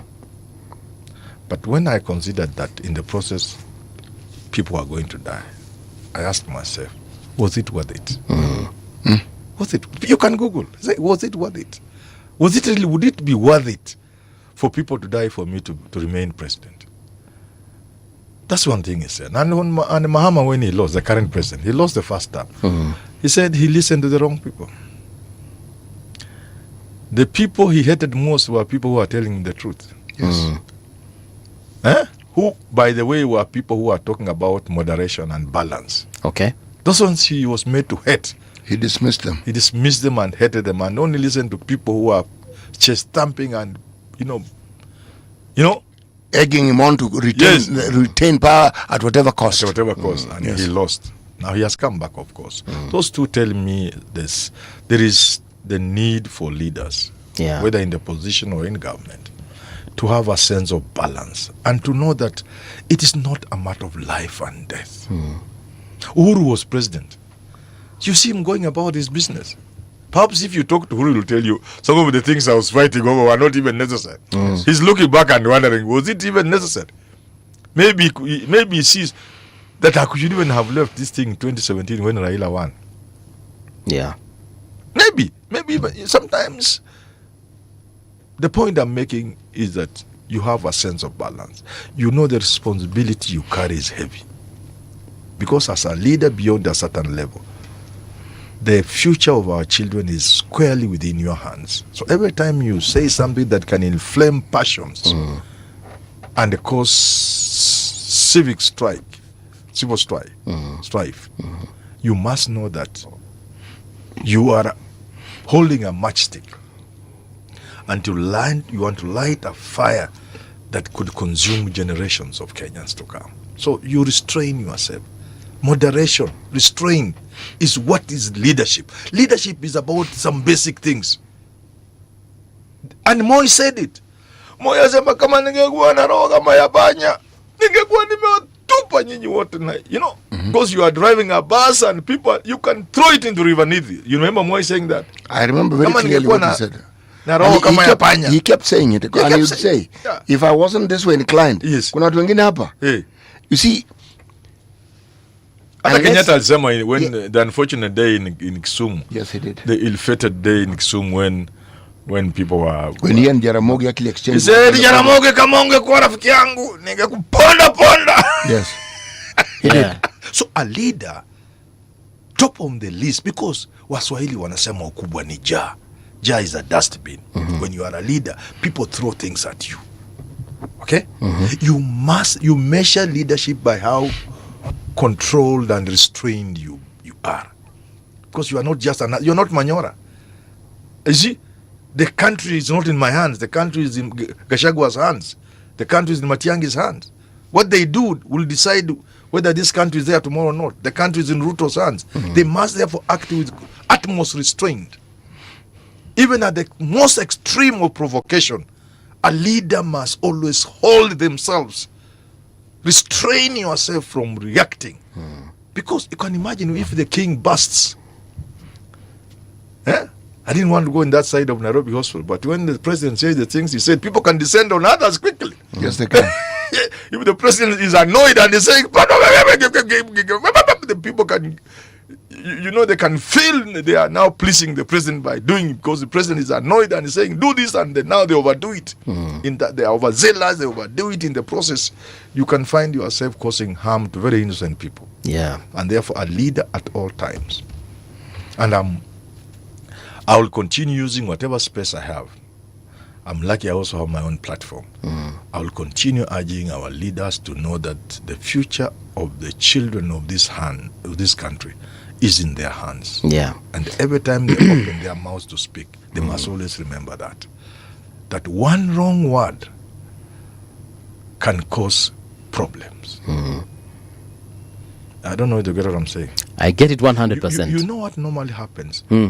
When you create this kind of tension in a country that has a lot of flashpoints, something can just happen, an innocent thing. One of these people can succumb to something, a road accident, a natural road accident. Do you think people will believe it's a natural road accident? No. And in a country like ours, where conspiracy theory is a staple diet, no. And yet you have the tension is now you put it so high up there. The sort of exchanges between the Ruto, the president, and these people, and then one of them, for example, just goes in a road. Do you think the people can believe in a tribally inclined country? When Of course, the people temperatures won't are believe. this hot, you can find yourself getting into civil strife. You can find the country completely gone to the dogs, and then you wonder, kwani hawa viongozi mbona hawakupima maneno yao? This will just have been handled as a normal accident. People will complain, people love theories like you are saying, but it will come to pass. Like, for example, that situation that happened in Nyeri a while back, where Gachagua was in a church, and then the church was attacked by these people. Had something happened to, if something had happened in that situation. Yes. So we must avoid those kind of. It's like I give you example. I give you examples like there is an overturned fuel tanker carrying petrol, and people are lighting cigarettes. That's what we are doing as leaders. You don't go where it's an overturned petrol tanker and light a cigarette. That's what happened at Sachangwa. Yeah, Sachangwan. Yeah, and you know the tragedy that followed. So as a leader, you are holding a matchbox, and there is fuel all over. Yeah, there's fuel over, petrol. Please be careful. Be careful with that matchstick. Don't strike. No, don't. Your mouth is the matchstick. Look, sometimes we forget. That's why I'm saying I owe it to Kenyans, because at my age I'm a senior citizen. I've seen a lot. I've heard a lot. I've read a lot. It's just words that send Rwanda where they went.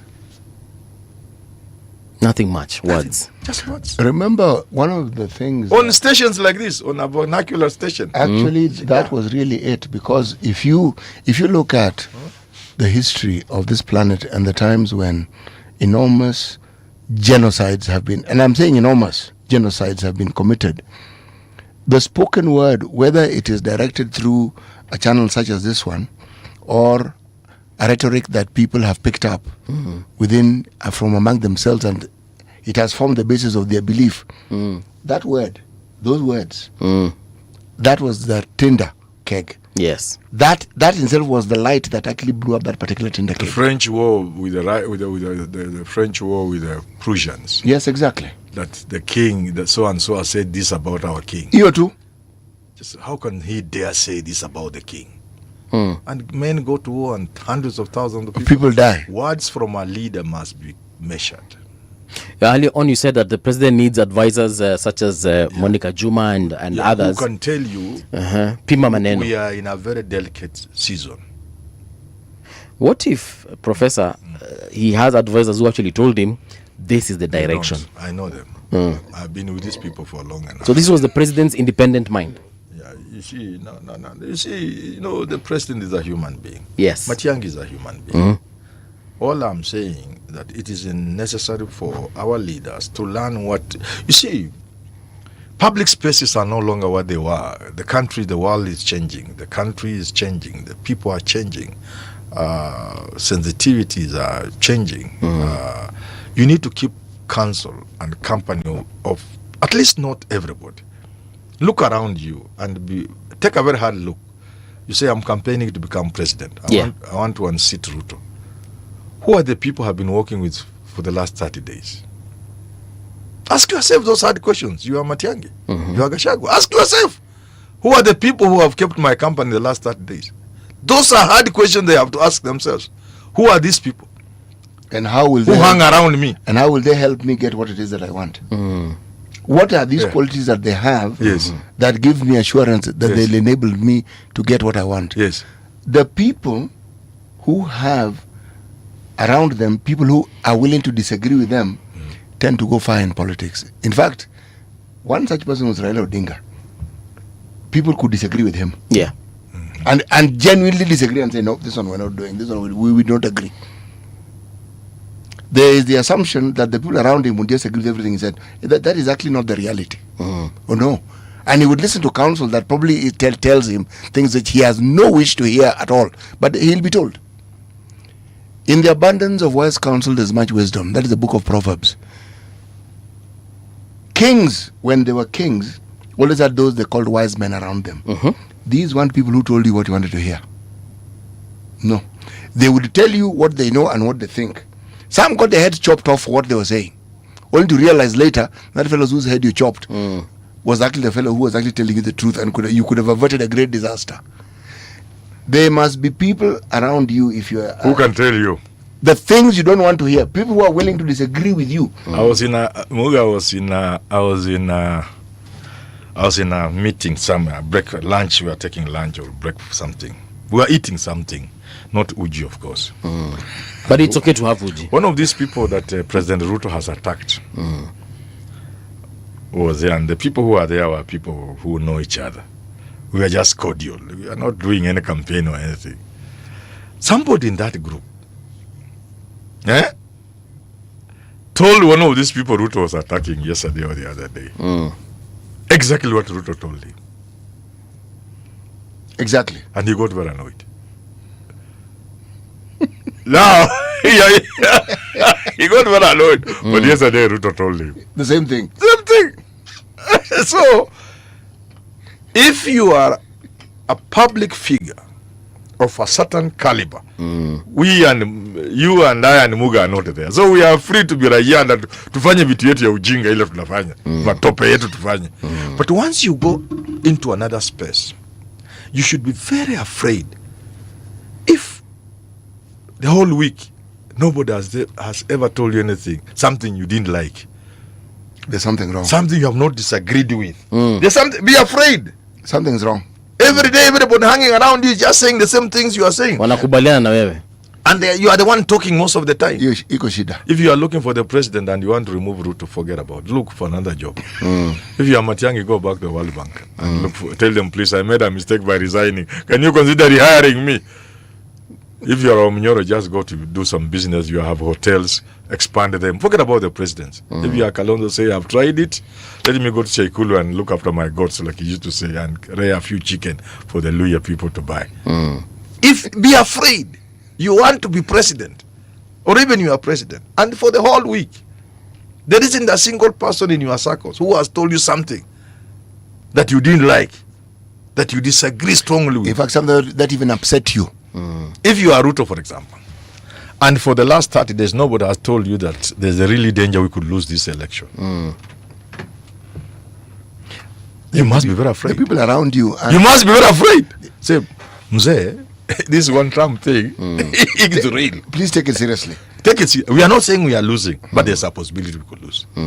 Anybody telling us we have a landslide is not being very honest. Yeah. We have a challenge in our hands. We will still win, but let's start by accepting that there's a there is a possibility that these guys could beat us.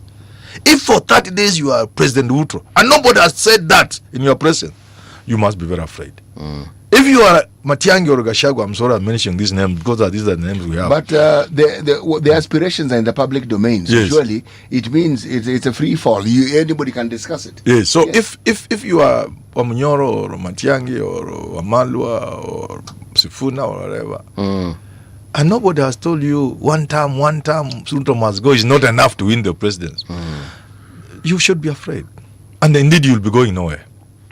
If nobody has told you among close circles that anger alone against Ruto is not enough to win the presidency against Ruto. Ati mnaamuka tu kila saa mnakutana mnacheka, oh, Ruto is nowhere, Ruto is gone, one term. Hata nyinyi mkiwa wenyewe. When generals are in a room, a situation room, they say hostile truth to each other. Hostile. Terrible truth. They bang tables. Somebody stands on top of a table. Say if we take our troops this way, we are going for massacre.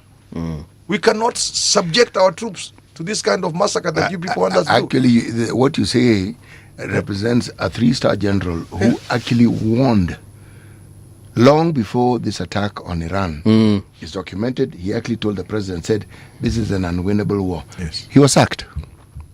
There must He was be removed. people around you who tell you the naked truth. Tell you. Of course, I have heard about Boynet. He was a master of telling more things that nobody else would tell him. But he was a master of it's an art. You must learn how to do it because leadership does not want to hear ugly things. So I'm not just saying you throw it on the table, pop, Mr. President. You know this one-time thing is real. He will slap you. You know, Ruto is a man who could slap you. You find a way of doing it. It must be done. One of the things that it does, there are people who are always around a leader or a president. They will hit such a person. Yes.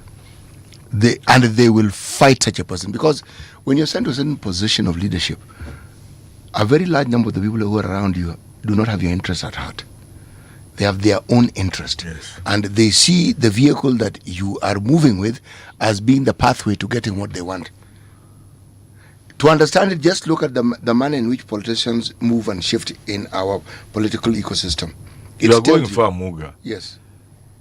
The people who travel with Uhuru Kenyatta in the Raila journey in 2022, a lot of them disembarked without Uhuru knowing. Walishuka gari vile Uhuru hajakujua. Walishuka na mlango ya nyuma. Yeah! And they began cutting deals. How come most of them sat squarely in Uhuru's government, Ruto's government? Immediately what? How? Watu wana cut deals. Yeah. Watu wanashuka gari yako. Survival mode. Yeah. Anawacha koti kwa kiti. Anawacha koti. Unaona jamaa is around. Kumbe alihama kitambo. Ameenda kukata deal mahali anaambiwa lakini yenyewe kweli. Mimi najua mkishinda mimi utanipa hii. Mimi sitaki mambo mingi sana. Mimi nataka tu kasa. Ilikuwa inaitwa kasa ama inaitwa. Yes. But then also with the time some of those very individuals were later to turn back and then leave the Ruto government as well. Yes. You see in a country like ours, the reality and the honesty of politics is that politicians are self-seeking. Okay? Every once in a while, if you're fortunate, you may have actually a leader who has understood that their interests are actually tied and knotted with the interests of the people. And so you'll see them pursuing the interests of the people because they know that's how their interests will actually be met. But such leaders are very few. And those are the long-sighted leaders. The vast majority do not have that fundamental understanding. If it is development, the very seeds that are supposed to help grow this development is what they consume. So where do you think development is going to come from? And they think that plunder is a form of business. It's actually theft. It's not a form of business. But that is what they pursue. And because they are in this echo chamber where they tell themselves the same thing, they all seem to believe it is okay. And what furthers it is because there's also an understanding that you can get away with it, that nothing actually happens to you. So the moment you have that, the ecosystem that you then have is what those who understand the English language call a kleptocracy. And if that takes root in a country, the country is in trouble. So now, is it possible that one day, one time, perhaps even towards this coming election, that President Ruto and Rigathi Gachagua might actually shake hands? If Raila shook hands with Ruto. If Raila shook hands with Moi, let's start there. Moi, a man who jailed him. Yes. Politicians are like that. Self-interest. They always look for their own survival and interest. Of course, there are others like Raila Odinga who operated on higher ideals. But the principle is the same. That if Raila could shake Moi's hand, I don't know why I was talking of Ruto, Moi was worse. If Mandela was able to shake Charles F. de Klerk. Yes. Yes. Surely 27 years of your life spending on some stupid island somewhere away from your family. 27 years, not month. Not days, not month. Yes. 27 years. And the same man, you sit down with him, talk with him, shake hands. Sometimes it is because of self-interest, but sometimes there are higher ideals. In the interest of humanity, you find yourself being forced for pragmatic reasons. People talk about Singapore, and one of the pillars of Singaporean magic or miracle was be pragmatic when the situation calls for. So being pragmatic sometimes is a very, very good thing to do. So if you look at times Raila has worked with his opponents, including someone who stole his election in broad daylight, you look at what would have been the option. Yes. So if you ask him whether Ruto can work with Manora tomorrow, to me it's a very serious possibility. This thing can end. Ruto has won. Manora says, look here, this parliament will be hell for you. I have 60 MPs of DCP. You'll never step in Mount Kenya. Let's work out. Let's work together. That would not surprise me. It wouldn't surprise me at all. No, to answer you straight. But bear one thing in mind, Paul. These things that politicians do have consequences. Yes.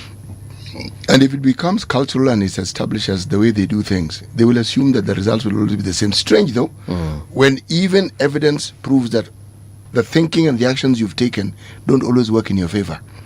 Who would have thought that attacking Iran would result in the very people who support America, the NATO group, would say, sorry, this fight, it's not really ours. Why? Nobody anticipated the Iranians would be prepared. Nobody anticipated that they knew they were going to attack all these bases that these other people have in these countries in the Middle East. The Middle East now suddenly is hemorrhaging. Real estate business, commerce, oil, you name it.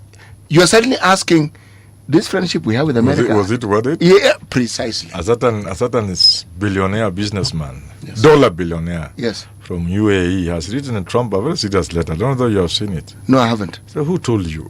Yes, who told you? Who told you this war? Who told you to do it? And when the casualties are us? Did you think about us? Did you think about this? The UK was not involved in this war. They had a nice, huge establishment, a military establishment in Cyprus. Gone. No, not that he destroyed. Gone. Meaning, the Iranians had planned this thing for the longest time and they were just waiting. Suddenly... But Marco Rubio had warned the Americans as way back as 2015. Yes. He told them, this deal you are having with Iran will prepare and one day it will be ready for us. You are giving them all this. You remember the deal in which Obama gave them billions of dollars? Yes. To persuade them to depart from the nuclear development program, yes. So that they can do safe nuclear only. And Marco Rubio told them, my friend, you You are arming a snake. And worse still, when you look at the thing that killed the leader, Khamenei, well, what you've then done, you've removed the old guard, people who were there during the Iranian war, the Syrian war. You now have a new group of people who think... Including the chap who was killed the day before yesterday. He's the one who has been leading negotiations with America. Yes. These people think very differently. He's the go-to man if you have to come to negotiations. Yes. And I have killed him. No, so then, how exactly do you think... Yes. And remember, they learnt. If there is a country that decentralized, if they're talking about devolution of their military infrastructure, it's Iran. You think you're attacking one place. Let's say they have 21 provinces. Each province has the capacity... Actually, 31. They have 31. Yes, each province has... Command, meaning they can function and act on their own without there being a central command telling them what to do. So when a problem of this nature arises, the go button was already pressed. Unakumbuka president aliwaambia, let's stop shooting, stop attacking our neighbors. Lakini makombora inaendelea tu. Professor, yes. Wakati umekwisha wa kuondoka. Wakati wa kuongelea haya mambo, lakini itabidi tumeendelea kuongea. Lakini kabla tujaondoka, kwa sababu sisi ni wazalendo. Na mimi ni mzee ambaye amekomaa. Ndio. Na niko na watoto na wajukuu. Nafikiri watoto wakianza kuangalia werevu nitapata vitukuu hivi karibuni. Hata labda wako sijui. Mimi am a large family, God has blessed me. Labda hata leo kitukuu kimezaliwa. So I'm an old man. Okay. I'm a senior citizen. And from this position, I want to repeat, our leaders must know the future of our children is in their hands. To that extent, whatever they say and how they say it must be weighed at all times. Yeah. Especially now that we are in an election period and the temperatures are very high. Saying a bad thing such as what I've seen our leaders say in the past few days is akin, like I've said, to striking a matchstick, lighting a matchstick near an overturned fuel tanker.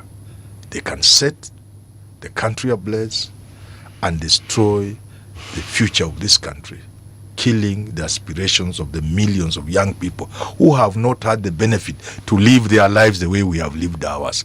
We should not spoil for our children. We should give them a chance also to live like us. We should give our grandchildren also an opportunity to live in this country. We cannot be allowed to operate in a manner that endangers the future of this country. And therefore, as a senior citizen, I call upon our leaders to be very careful with what they say and how they say it. All right. Now more than ever before. Thank you so much, Professor. Here's the news with Winnie Maganga.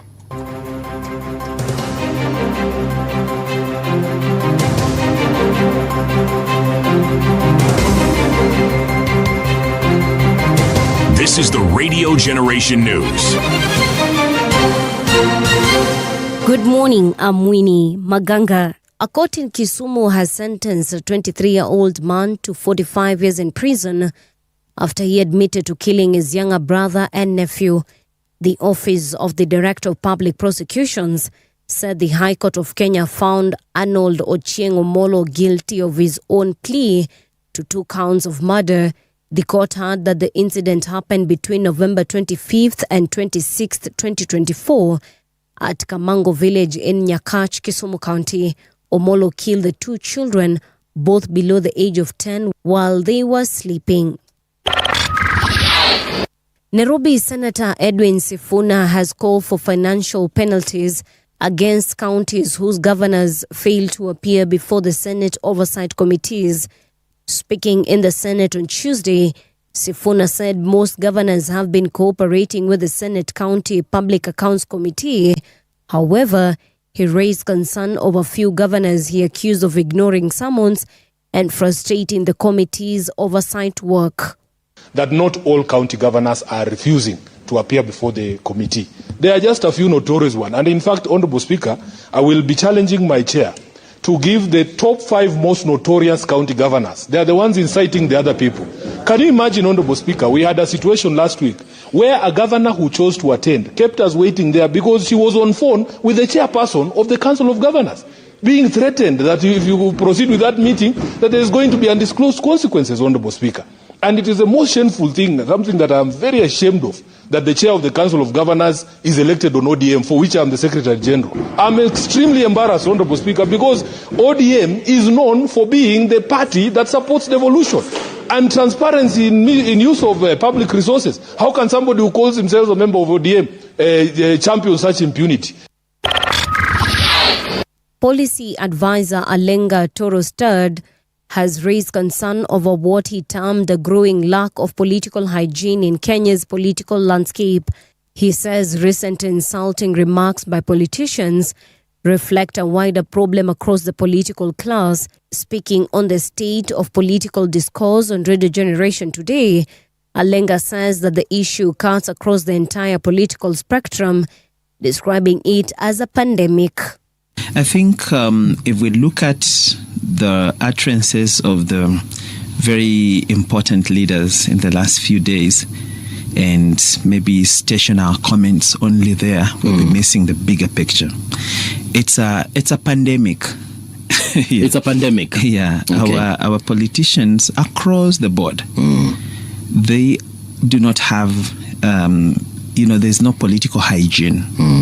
This is a place where you say anything, you do anything as a politician, and there's no consequence for bad behavior, especially even from the citizens, whom the Constitution envisages as the custodians of this democracy, the disciplinarians of the democratic process. Citizens have abrogated that right. They have given it away. And as long as you have the title Mheshimiwa, you can say anything and it will go away. At least 23 people have been killed and 108 injured by a series of suspected suicide bombings in Maiduguri. This marks one of the worst recent attacks on the capital of Borno State. A post office, a popular weekly market, and the University of Maiduguri Teaching Hospital were hit within minutes of each other at around 19:30 local time on Monday. The sites, which are among the city's busiest locations, had drawn large crowds after the day's Ramadan fast was broken. And that's the truth on Radio Generation. Good morning, I'm Winnie Maganga. The views and opinions expressed on this program are those of the guests and do not necessarily reflect the views of Radio Generation. Radio Generation assumes no responsibility or liability for the interviewee's views. This is Radio Generation. In the beginning, there was morning radio. But now there is Radio Generation's The People's Breakfast, curious and bold, getting facts from the shadows. That's what it is. Now, as the city wakes and secrets stir, a bright new voice shines. The People's Breakfast, your morning, your voice, your journey. Good morning. Good morning, my neighbor. Welcome to the home of hard truths and bold insights, Radio Generation. A very good morning to you and welcome back to Radio Generation. The time right now is 8 minutes past 9 o'clock. My name is Mungala Mbuvi and this is the People's Breakfast. I'm with CT Muga in the studio, but we also do have PR guru, but she is also an author and global communications strategist, Jina Den. Jina, karibu tena sana to Radio Generation. Thank you so much. I want to correct you though. Right. Not PR guru. Oh, really? PR authority. Okay. Tomatoes. No, this is tomato onions. If the guru tells you, yes, that she has said not guru. No. Yeah. Allow me to continue. If the guru tells you, yes, that is not the way to explain or describe her. No, her qualities and abilities, then you go with what she has told you. All right. Yes. PR authority. Yes. Jina, nice to finally meet you. I have heard so much about you, read so much about you. You know, I've watched you on other platforms, you know, just talking about stuff. But here we are, talking about something I never thought we'd actually discuss. Your book, Beyond the Ballot, I never pictured you as someone who would actually delve into things to do with politics. But I like what you are talking about in the book, as much as I haven't read it yet. I have to be honest, I haven't read it yet. I'm so glad you're being honest. Yeah. Now I get to trust you, which is part of what the book says. Yes. It's about clear communication, effective leadership, a stronger Africa. We've been talking about communication, City and I, and others as well on this particular show. And we feel like what is lacking in our governance system is communication. There isn't, number one, clear communication, and the communication that is there isn't necessarily honest communication. Yeah. So what should we expect to read in your book as we start this conversation? Okay, so let me just start by saying I wrote this book because I think I, like you guys, have lived in moments where hope is at its highest, right? Right. I've seen campaigns that inspire. We all have. Messages that move people, promises that make citizens believe again. But I've also seen what happens when the noise gets a little quieter after the swearing in, when the crowds disappear, and when leadership is no longer about winning. And that happens quite soon, quite quickly. It becomes about governing. And so the book is not so much a political book, it's a leadership book. And I think too often when that happens, that's when the struggle begins. Where clarity fades, and I think what you said about communications is so important here. If we don't communicate with clarity, then there's always going to be the problem. And when delivery slows, where trust begins to erode.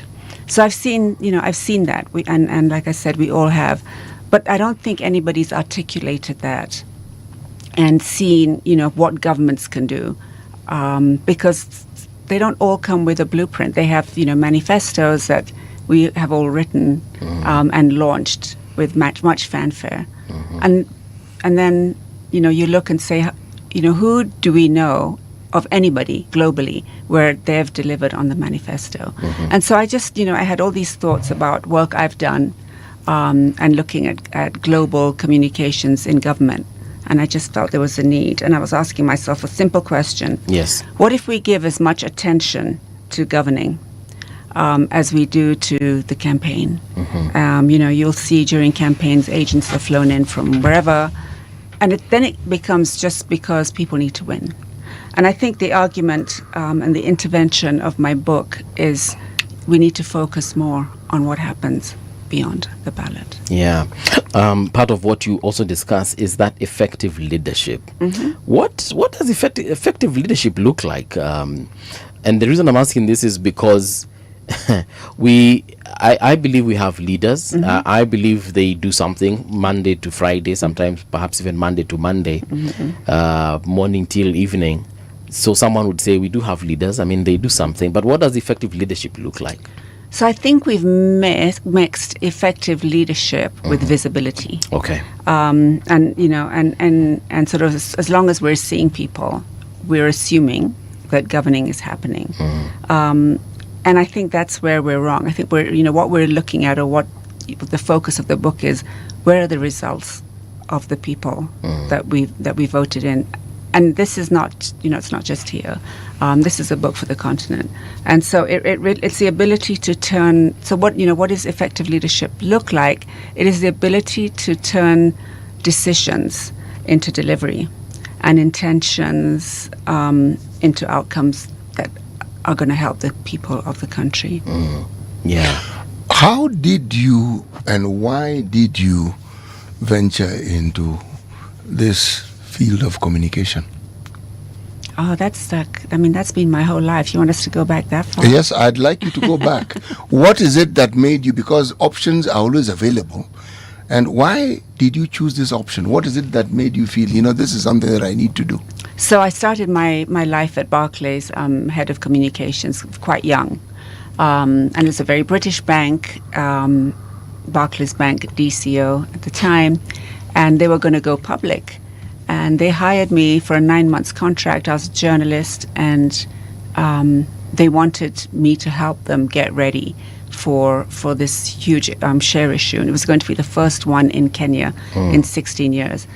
But I got in, and it was a very like a very British bank. And I was just very fascinated that they wanted, thousands of Kenyans to buy into this promise of an organization that was run out of London that had really nothing that, would bring an investor in to say this is ours. And I just got fascinated by the whole area around communications and how we have to ensure that the story we're telling is our story and that it's not being told by somebody else. That's how I began. I began telling the Barclays Kenya story through a Kenyan lens. And the story clearly was believable. Did very well. Yes. And I spent 14 years there. And see, you had the product was really good. So I think that's the thing. Communications isn't that hard if you've got a good product. And sometimes what I see is we're trying to create stories about things that aren't necessarily true, or where what you're trying to sell isn't necessarily a good product. I was very fortunate. I had an incredible product. When you come to politics and you're talking about selling a product, politicians tend to sell futures. They are selling you something that will happen, not has happened, will happen. And not because they actually tell you that it'll take 10 years, but the very thing that they say they want to achieve and they wish to bring to you, by its very nature, will not take a day.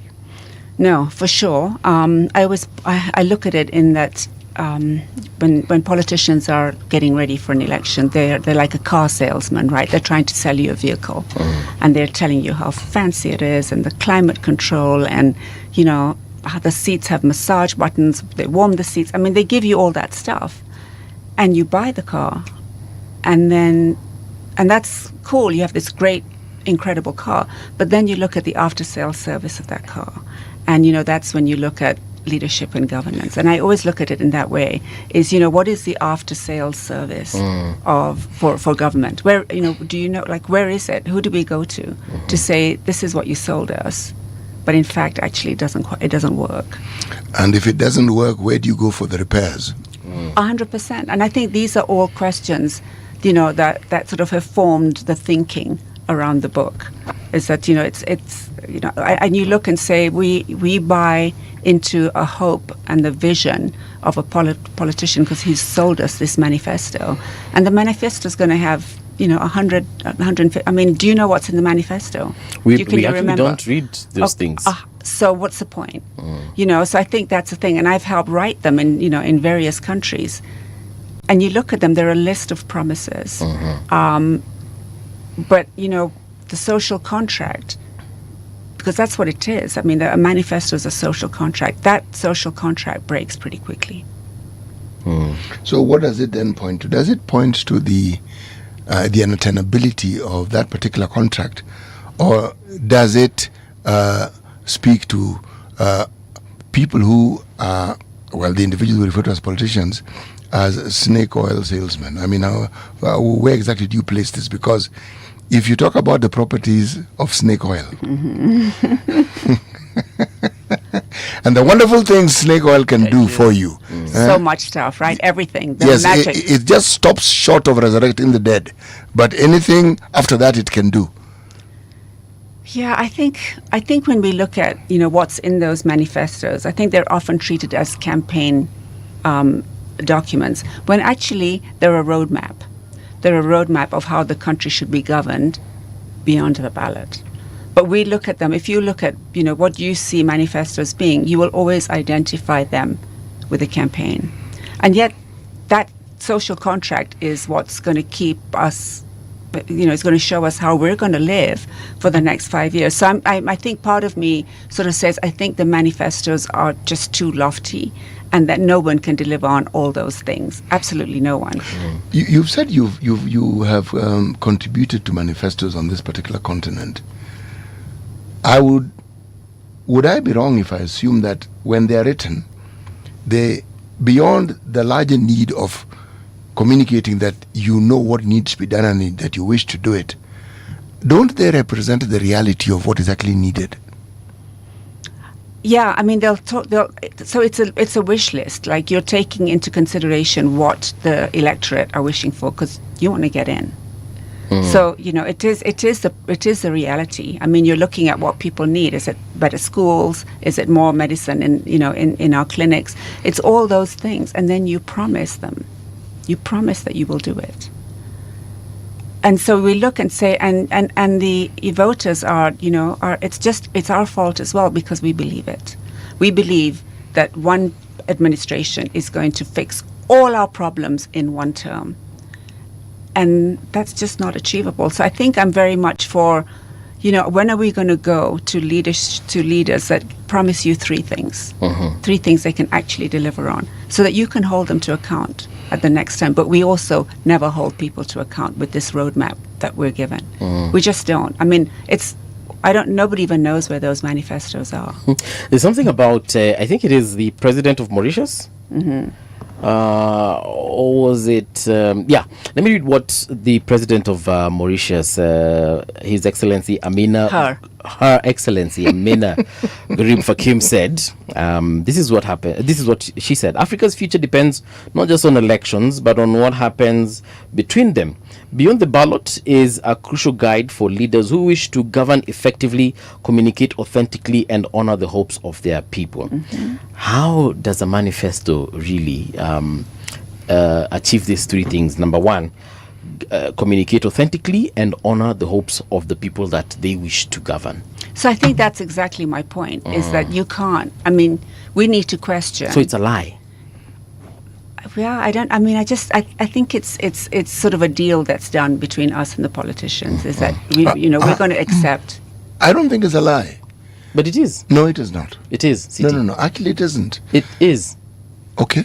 Why? But tell me why it is not. Oh no! I asked first. Yeah. You tell me why. It is a lie because. Yes. And this is not just the Kenyan manifestos that we keep on receiving from our leaders, but world over. But because I'm in Kenya, let me talk about the ones that we receive here.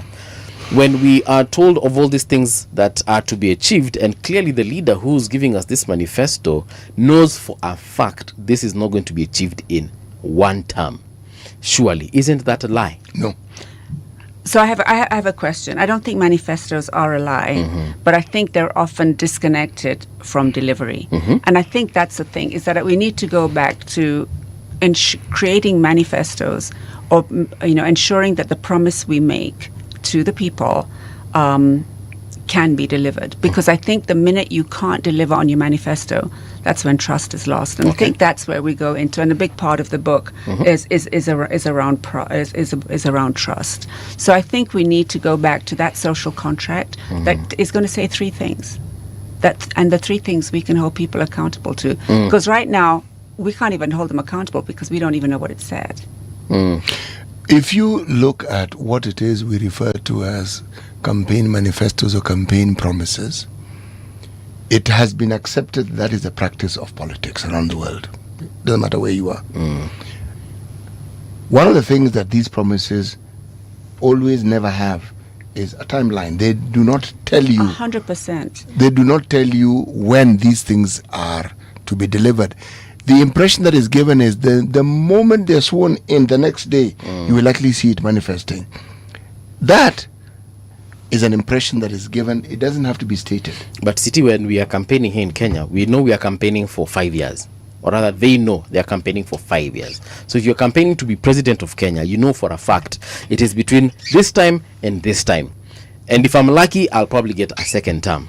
So when you're giving us a manifesto, you're actually giving us something that you hope to achieve in 5 years. So when you tell people, for example, when you tell women, for example, that you will provide free sanitary towels, they know that for this 5-year term that I'm electing this person, I expect to get free towels. If I'm when we're told we'll get gas at 300 shillings, we know that we are electing this person, and for at the very least 5 years we're going to be buying gas for 300 shillings. So we might not be told that this manifesto is only valid for 5 years, but we know for a fact that for 5 years this is happening. And if we are satisfied with that manifesto, then we will give you another 5 years. Hopefully you'll give us new promises as you keep the previous first. Yeah, but I agree, but I also agree that there should be timelines, but there should also be a scorecard by the citizens through the media. It's like, you promised this by then, so and that's why the timelines are important, because we want to hold them accountable to when they said they would deliver it. They know when they can. Yeah. They have the economists and everybody else that it's going to take to deliver these things. So I think my argument is, let's just cut the crap. I mean, let's just stop pretending we're going to do all these things. Let's do the three things. Yeah. And I think what you would take the people along with you, because I think what happens now is that we know that this is not achievable, and yet we still go along with it. Yes. But I think if you're looking at a generation that want more authenticity, that are more willing to hold people accountable, if you said, look, this is all I can do, these are the three things, I think you would gain credibility and you'd gain trust, because it's just not possible for them to deliver on everything they say they will. Because like if you look at the leading two candidates in the previous election, that is Raila and Ruto, they more or less gave us the same manifestos, just different wordings here and there. They've promised affordable housing, they promised cheaper fuel and gas, they promised better healthcare. Like, it was all there.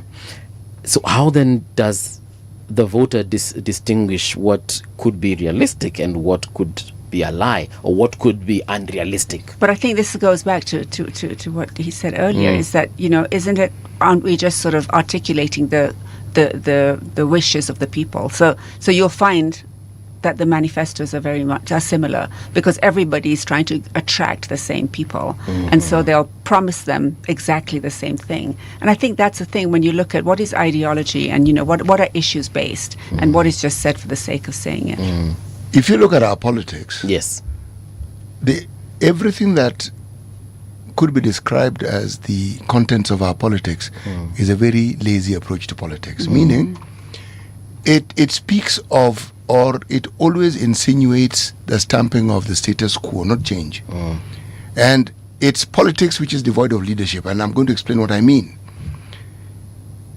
If indeed you wish to change the lives of your people, everything that you say has to have a touch of reality. And the touch of reality, as I see it, is this.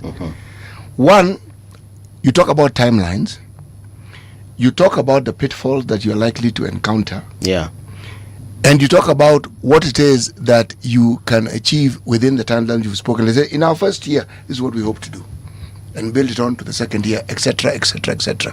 I use the word lazy deliberately, and I use the word an absence of leadership deliberately, because when you lead, you are willing to tell the people something they don't particularly want to hear, and you're also willing to tell them that the approach we are going to use is not what has been the norm from time immemorial. Yeah. Because the conversation in Kenya, when it comes to politicking, all these manifestos, it's about development, which means we are not developed adequately. So development is something people crave for. And how do they understand it? They understand it, people are developed when they give you jobs. Yes. You're developed when they hold harambes. That's development. That is a status quo being maintained. Where is the conversation about, folks? Look at the 2010 Constitution and why it was created. This thing called development was the integral part of this particular formation. And this is how we hoped to do it. And that is why, when we say devolve, we mean functions that were the national government will now be at this particular local level. And over time, will devolve more and more and more functions.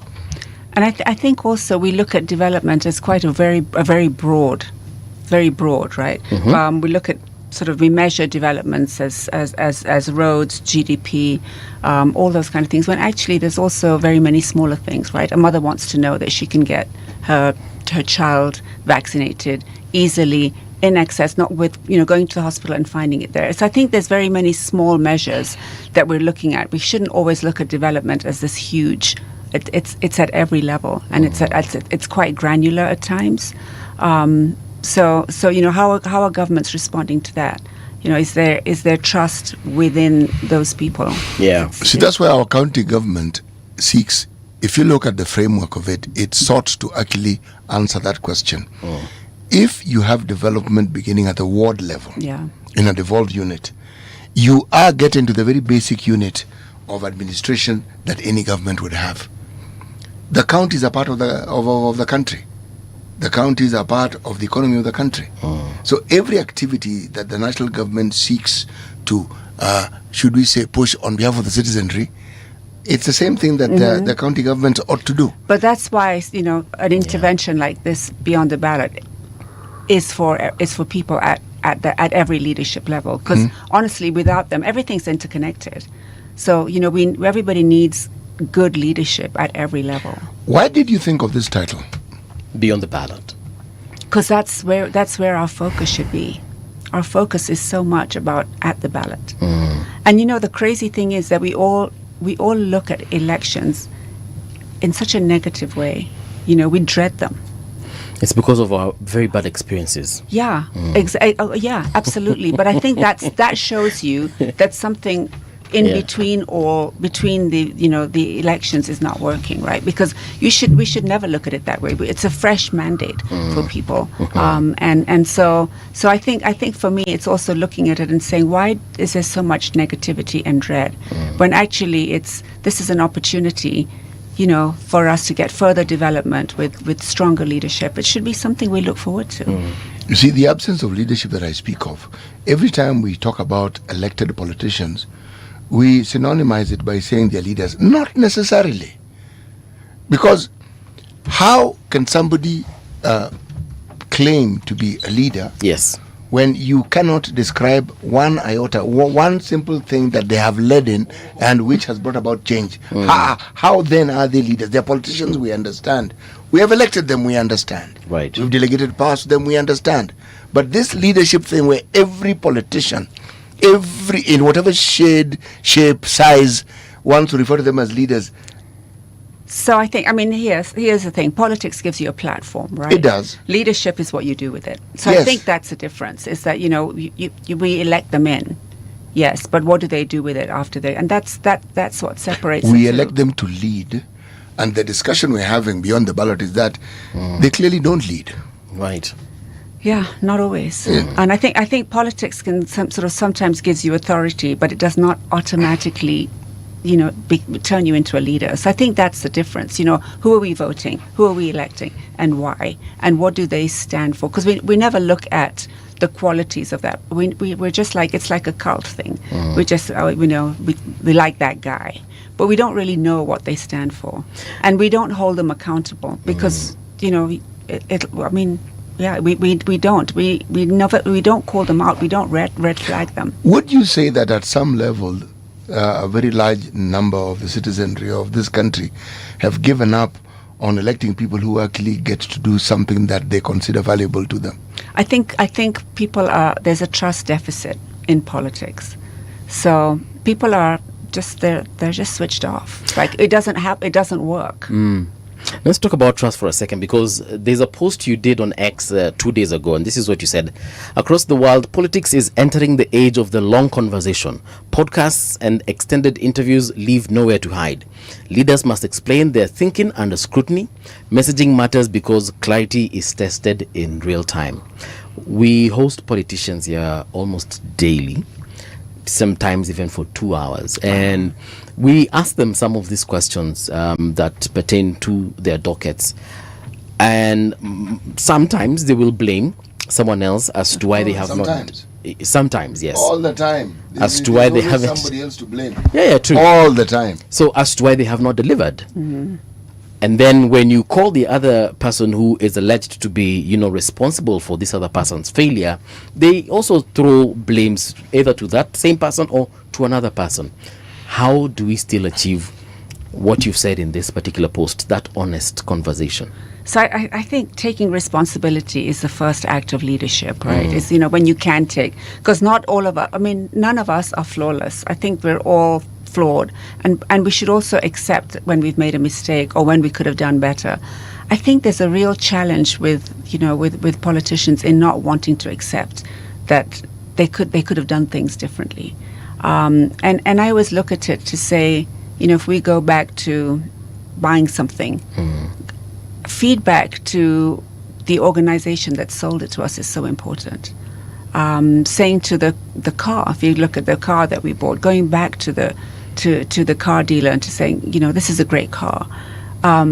or it's a lousy car. And I think what we suffer from is where we leaders are not willing to take feedback. They see that as a criticism. And I think that's the challenge. And with criticism, they will always find somebody else to blame.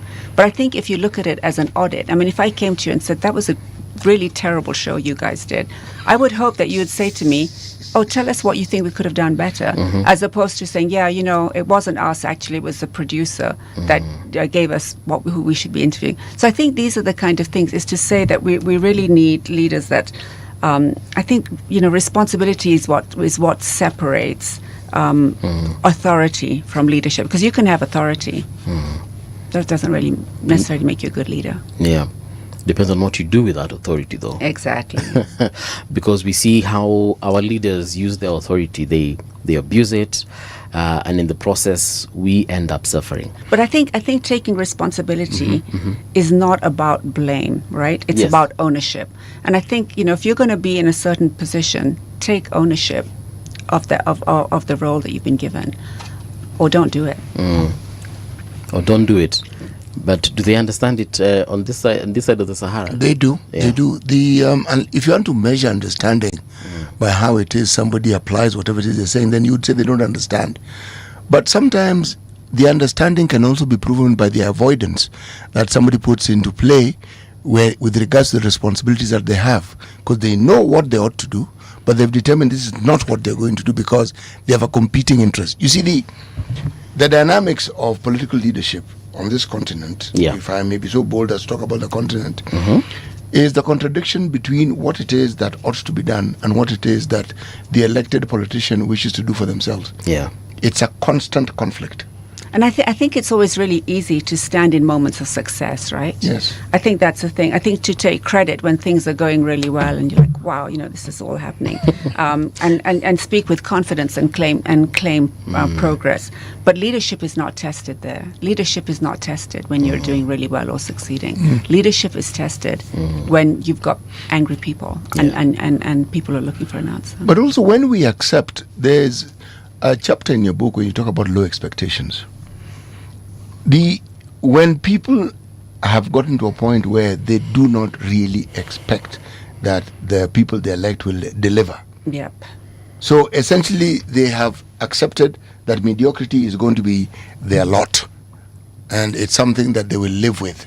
So when you elect somebody whose very foundation and the foundation of his functions have very little to do with honesty, with you as the person who've given them the job, and then with whatever it is that you have said you need, then see, it makes it a lot easier for this politician who has been elected to then pursue his own interest at the detriment of serving the people who actually low expectations are just quite dangerous, right? Because people then switch off, and then people stop demanding better, and that creates a vacuum in which actually politicians can do whatever they want to do. And they thrive in it. And so it's to their advantage when we switch off. In fact, one of the things, the indicators of that low expectation that you point out, is the willingness that people have to accept bribes. And to give them. To give the bribe. The people who give the bribes are the minority. The majority are the ones who receive the 200 shillings, 50 shillings, 100 shillings. By the time you are willing to queue for that amount of money, we are no longer discussing poverty. We are discussing precisely that, the low expectations. Oh, you're talking about voter bribery? I am talking about money that is used for any form of political exchange or political activity. All right. Okay? Somebody has a meeting, people are told, after the meeting, line up here, you've been given money. You're not voting for anybody. It's just a meeting. But you are entrenching a culture where, of this low expectation, you're actually entrenching it and digging it deeper. Because if somebody is willing to receive 200 shillings, do they know what it is that they have just received? So the crazy thing is, I think low expectations also arrives very quietly. Yes, they do. I think that's the thing. And there's not one day that you wake up and just say expectations are low. They settle in quietly. And I think, it happens in what we tolerate. In what we excuse. And it happens when we stop questioning. So I think low expectations doesn't just happen. it creeps in, and I think and when they begin to shape the limits of what we believe is possible, then I think we have then I think it's quite sad. It's quite challenging, especially for young people. There's a part in your book you talk about the voter being more important than the vote. The vote doesn't exist without the voter, obviously. But what's the meaning of that?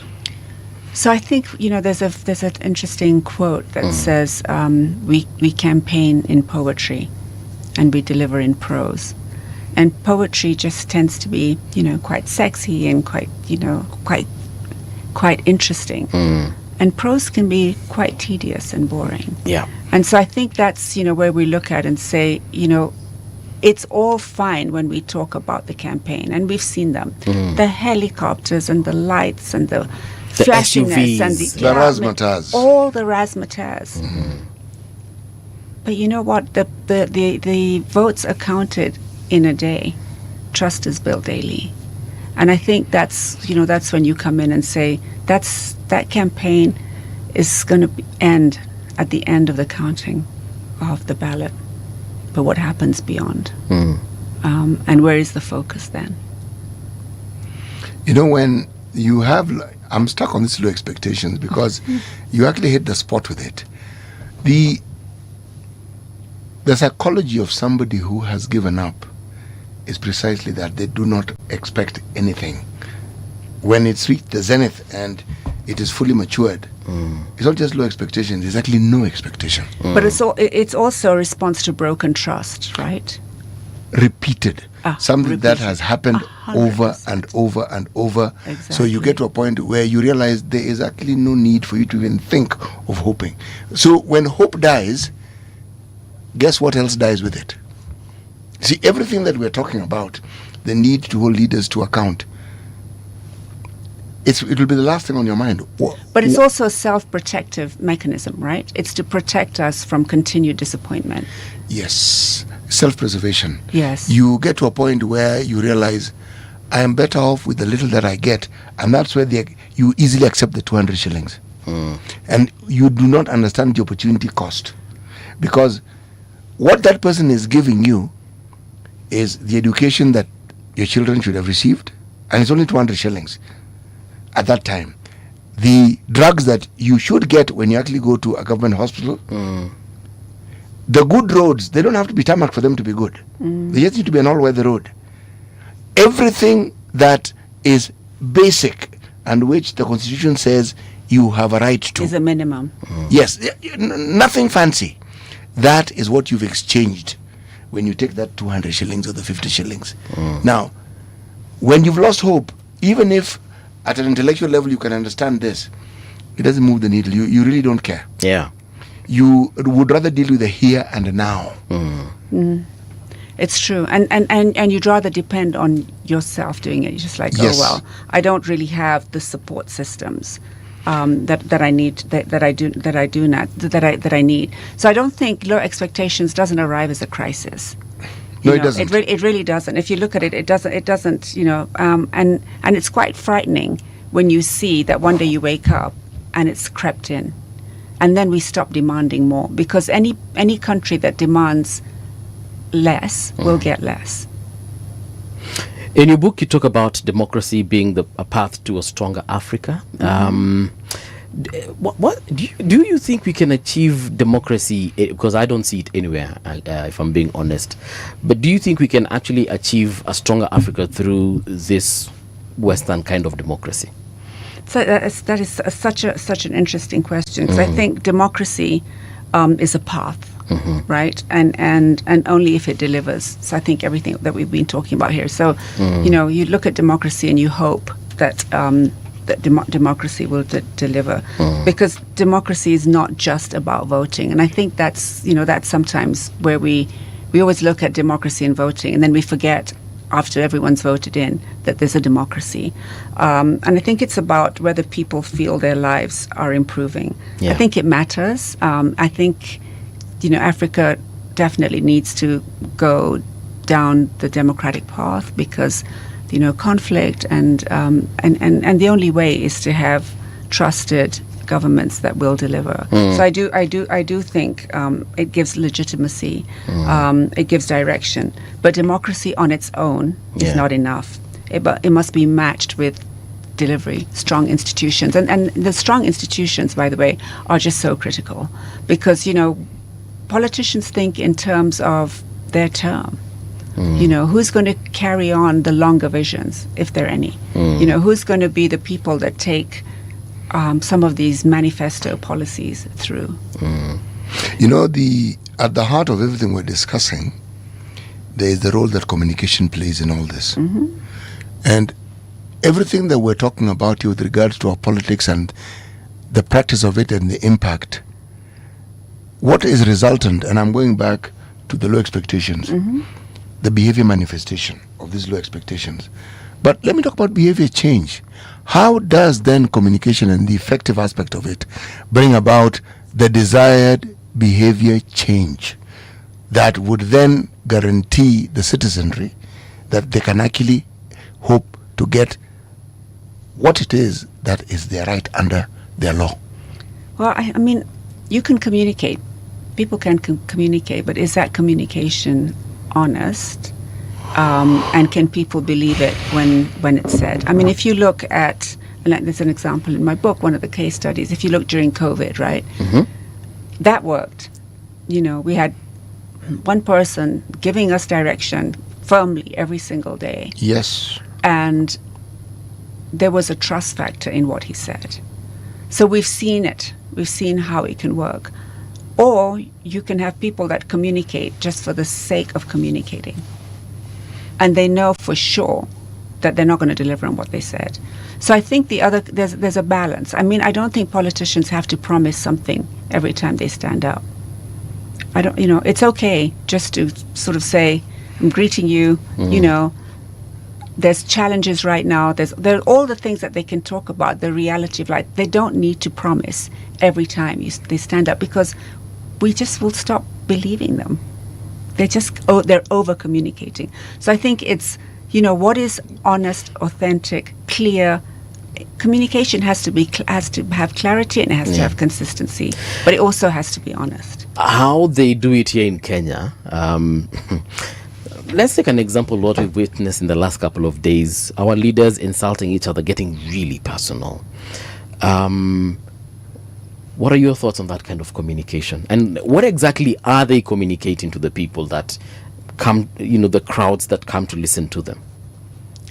Well, I don't think anybody should be insulting anybody. I think leaders need to speak with some dignity, with clarity, and with content that people want to hear, because it affects how their lives are going, are impacting their lives. So I think we just need to get back to some order where people are just being respectful of each other, and we don't always have to agree. But I think we can be respectful to each other.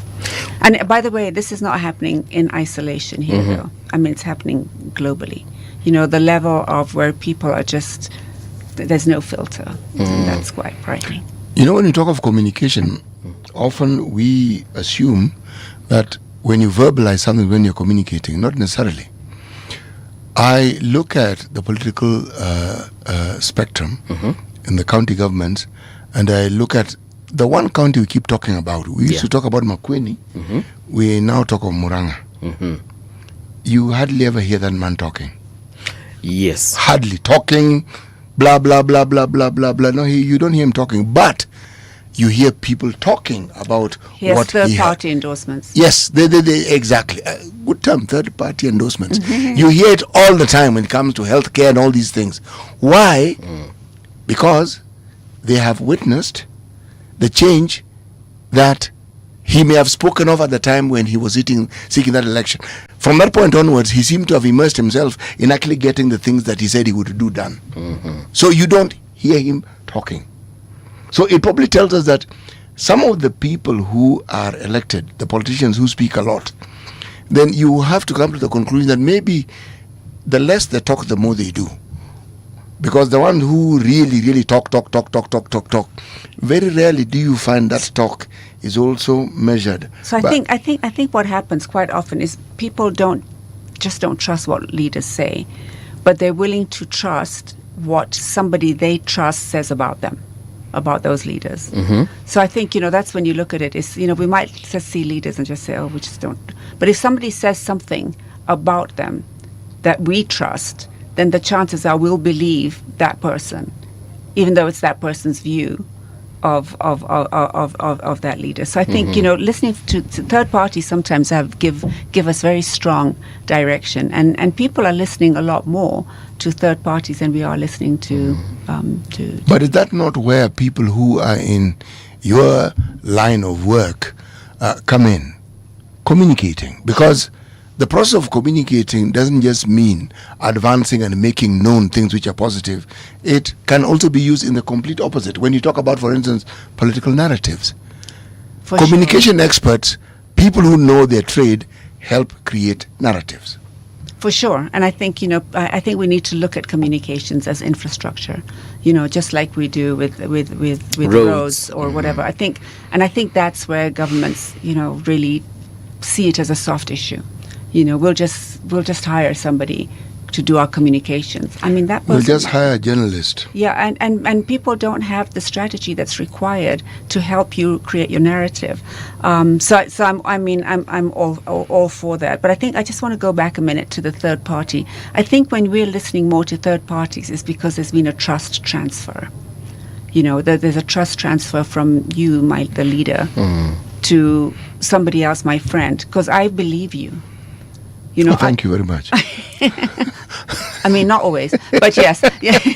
But so I think you also need to look at it in that light, that there definitely has been a trust transfer globally in who we are believing, and if governments don't invest in communications as a hard skill, because people just see it as like, we'll hire our relative to do it, or somebody who hasn't done, just because they're articulate and they can speak well, they might not be able to give you a strategy. Talking of the third party, see, the beauty of the third party is they're usually independent in this sense. If somebody from Machakos tells you about the health service they received in Moranga, that person, nobody has asked them to tell you, but they're telling you the benefit. They have no skin in the game. No, none whatsoever. None.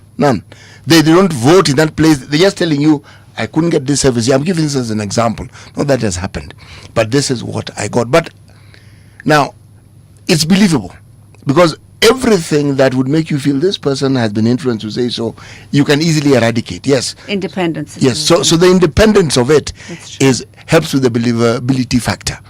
See? Now, again, when we bring this to the communication that government ought to have with what it says it has done, vis-a-vis what the detractors say they haven't done, again, communication experts come into play. They seriously come into play. And in fact, the judgment sometimes, I think, is not on the government, but on the communication people they've actually hired to do their work for them. Yeah. The buck falls with the person that hired them in the first place. Is why not hire professionals? Yes. Because at the end of the day, your work will be easier. Yes. If you just hire people that can articulate your vision and can give updates and and can be honest and factual. I mean, I don't see. Yes.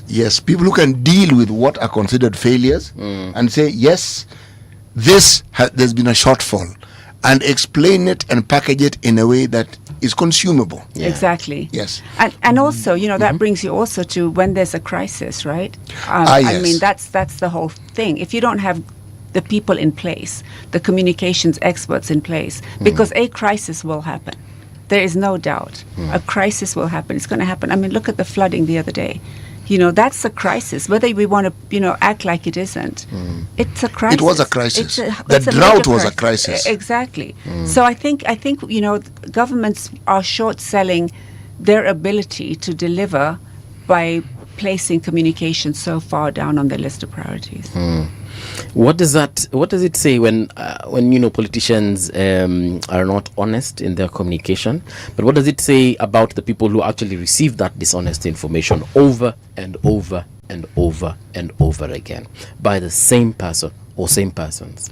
Well, I think we go back to what are we being sold, and also if you're very confident in the in what you've done, you're able to take feedback. I mean, I'm very confident in the book, right?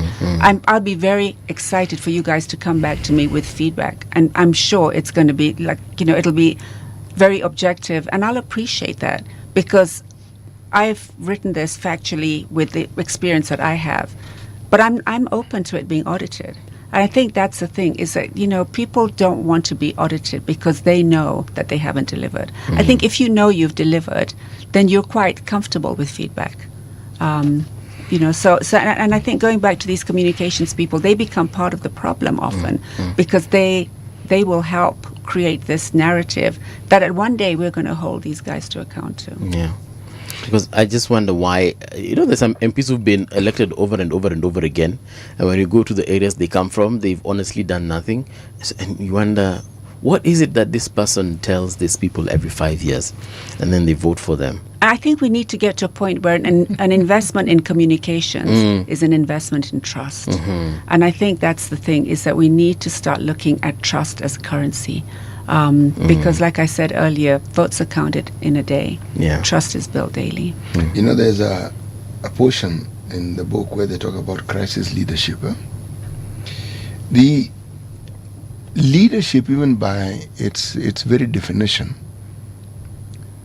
speaks to forging a path that probably previously had not been forged. It speaks of bringing in something that will usher in an era that provides solutions that previously had not been provided. A new dawn, as we call it. Now, if I look at our country and I look at what we consume as communication, it is what we read in the papers. And for most people, it is communication. And that communication comes to us mostly as headlines. And then you read the story. But the question is, where do those stories come from? Like this issue of the insult trading that we're speaking of. The question that I asked in the morning, which I still ask, where did that emanate from? And then there's the bigger question. What have we seen as the result of these sort of exchanges when they take root and they become the norm, when people have what I would like to refer to loosely as political communication among politicians? It leads to trouble. Yeah. It leads to great trouble. It sows the seeds, right? Yes, it does. It sows the seeds, and I don't think any of us no, want we that, do not want that. So I think we just need to kind of bring ourselves back to, let's just ground ourselves into decency, into respect, and in a space where we can disagree. We don't always have to. A democracy is that, right? It's people having different views, and it's okay to do that. But also how we communicate, how we talk to each other. And I love what you said about the political communication between each other, because that just goes back to respect. I like what one of our listeners here is saying. This is Crispin. Democracy is the only civilized way human beings can work as a community. It is not optional. It is not the problem. The problem is we have never had it. Poor, desperate people have no capacity to choose wise leaders. It is impractical and naive to choose leaders with concrete but long-term programs. It is simply not how humans are built. The world has always only been fixed by the well-off, and the decisions they make stop blaming the poor. It's his opinion. Yeah. It is his, not even an opinion, it's a perspective. An opinion that is a perspective. Yes. But it doesn't take the discussion around democracy holistically. There are many people who are known and quoted have spoken about it. But in the 21st century, we are in the communication age. Yes. And the question that is being asked, the Western form of democracy as we know it in the experiment, we've seen in the countries that are practiced for the longest, it doesn't quite work as it was previously prescribed. So when we talk of democracy, there are tenets that you cannot change and you must employ. But working out our own democracy and figuring out how best we want to apply it, other people have done it. I think young people, have not stepped away from democracy. I think what we're seeing is they've stepped away from how democracy has traditionally been practiced. And I think, there's a new, exactly what you said, the historical, the traditional ways of us looking at democracy are no longer there. They're different. I mean, all of us are now journalists with social media, so things are very dynamic and they're happening very fast, which also goes back to if leaders aren't willing to engage as fast as the narrative about them is being written, then there's a real challenge. So I think we need to look at it in its new form, and I think we haven't quite got there yet. And I think more and more, the need to actually have people whose area of study, whose area of interest and practice is communication becomes that much more urgent. Because things sometimes go wrong simply because they've been miscommunicated. And in and of themselves, the issues are not wrong. So, yeah. Jina, thank you so much. Where can we get this amazing book? I brought you guys copies. Yes, you did. Aren't you a wonderful person? But the book is available all over Nuria Textbook Center. It's wherever books are sold. Yeah. Textbook Center, you said? Yeah. That's very accessible. I think there's a textbook center in almost every mall in Nairobi. Thank you so much, Jina, for coming through. This has been an amazing conversation. We've had political conversation, or rather conversations on politics, but from this perspective, this is actually very... It's a breath of fresh air. Can I say something? Yeah. I am going to read the book. We will read the book. Please. We will then invite you, because I have seen chapters here that require some attention and further discussion, deeper conversation, and interrogation. Yes, it does, because having read it, when I read it, I will then understand what you're trying to say, so I can actually ask pertinent questions. I'm excited for that. Yes, especially on the Ghana elections, when John Mahama was re-elected, when he lost and then of course re-elected. I love that story. Yeah, I love that because he's a politician that didn't leave. Right. Yeah, he stayed to listen to what the Ghanaians want. And if you look at John Mahama today, he's a completely different president to the John Mahama that was there before. Of the first term. Yeah, because he's so much more, grounded, he's humbled. I mean, losing... An election is a big deal. And his capacity to speak certain truths that most politicians would not even dare read. Yes. But rebranding yourself and coming back and then winning a second time after someone else had been in that position. I mean, it's been amazing. I've got to be something. I've worked on one when he won, and I worked on one when he lost. All right. And just seeing him in both those, those phases of his life has just been really interesting for me. But he's a man I respect. All right. Thank you so much. Here's where we come to a close, guys. But see you tomorrow morning, bright and early. The news with Winnie Maganga up next.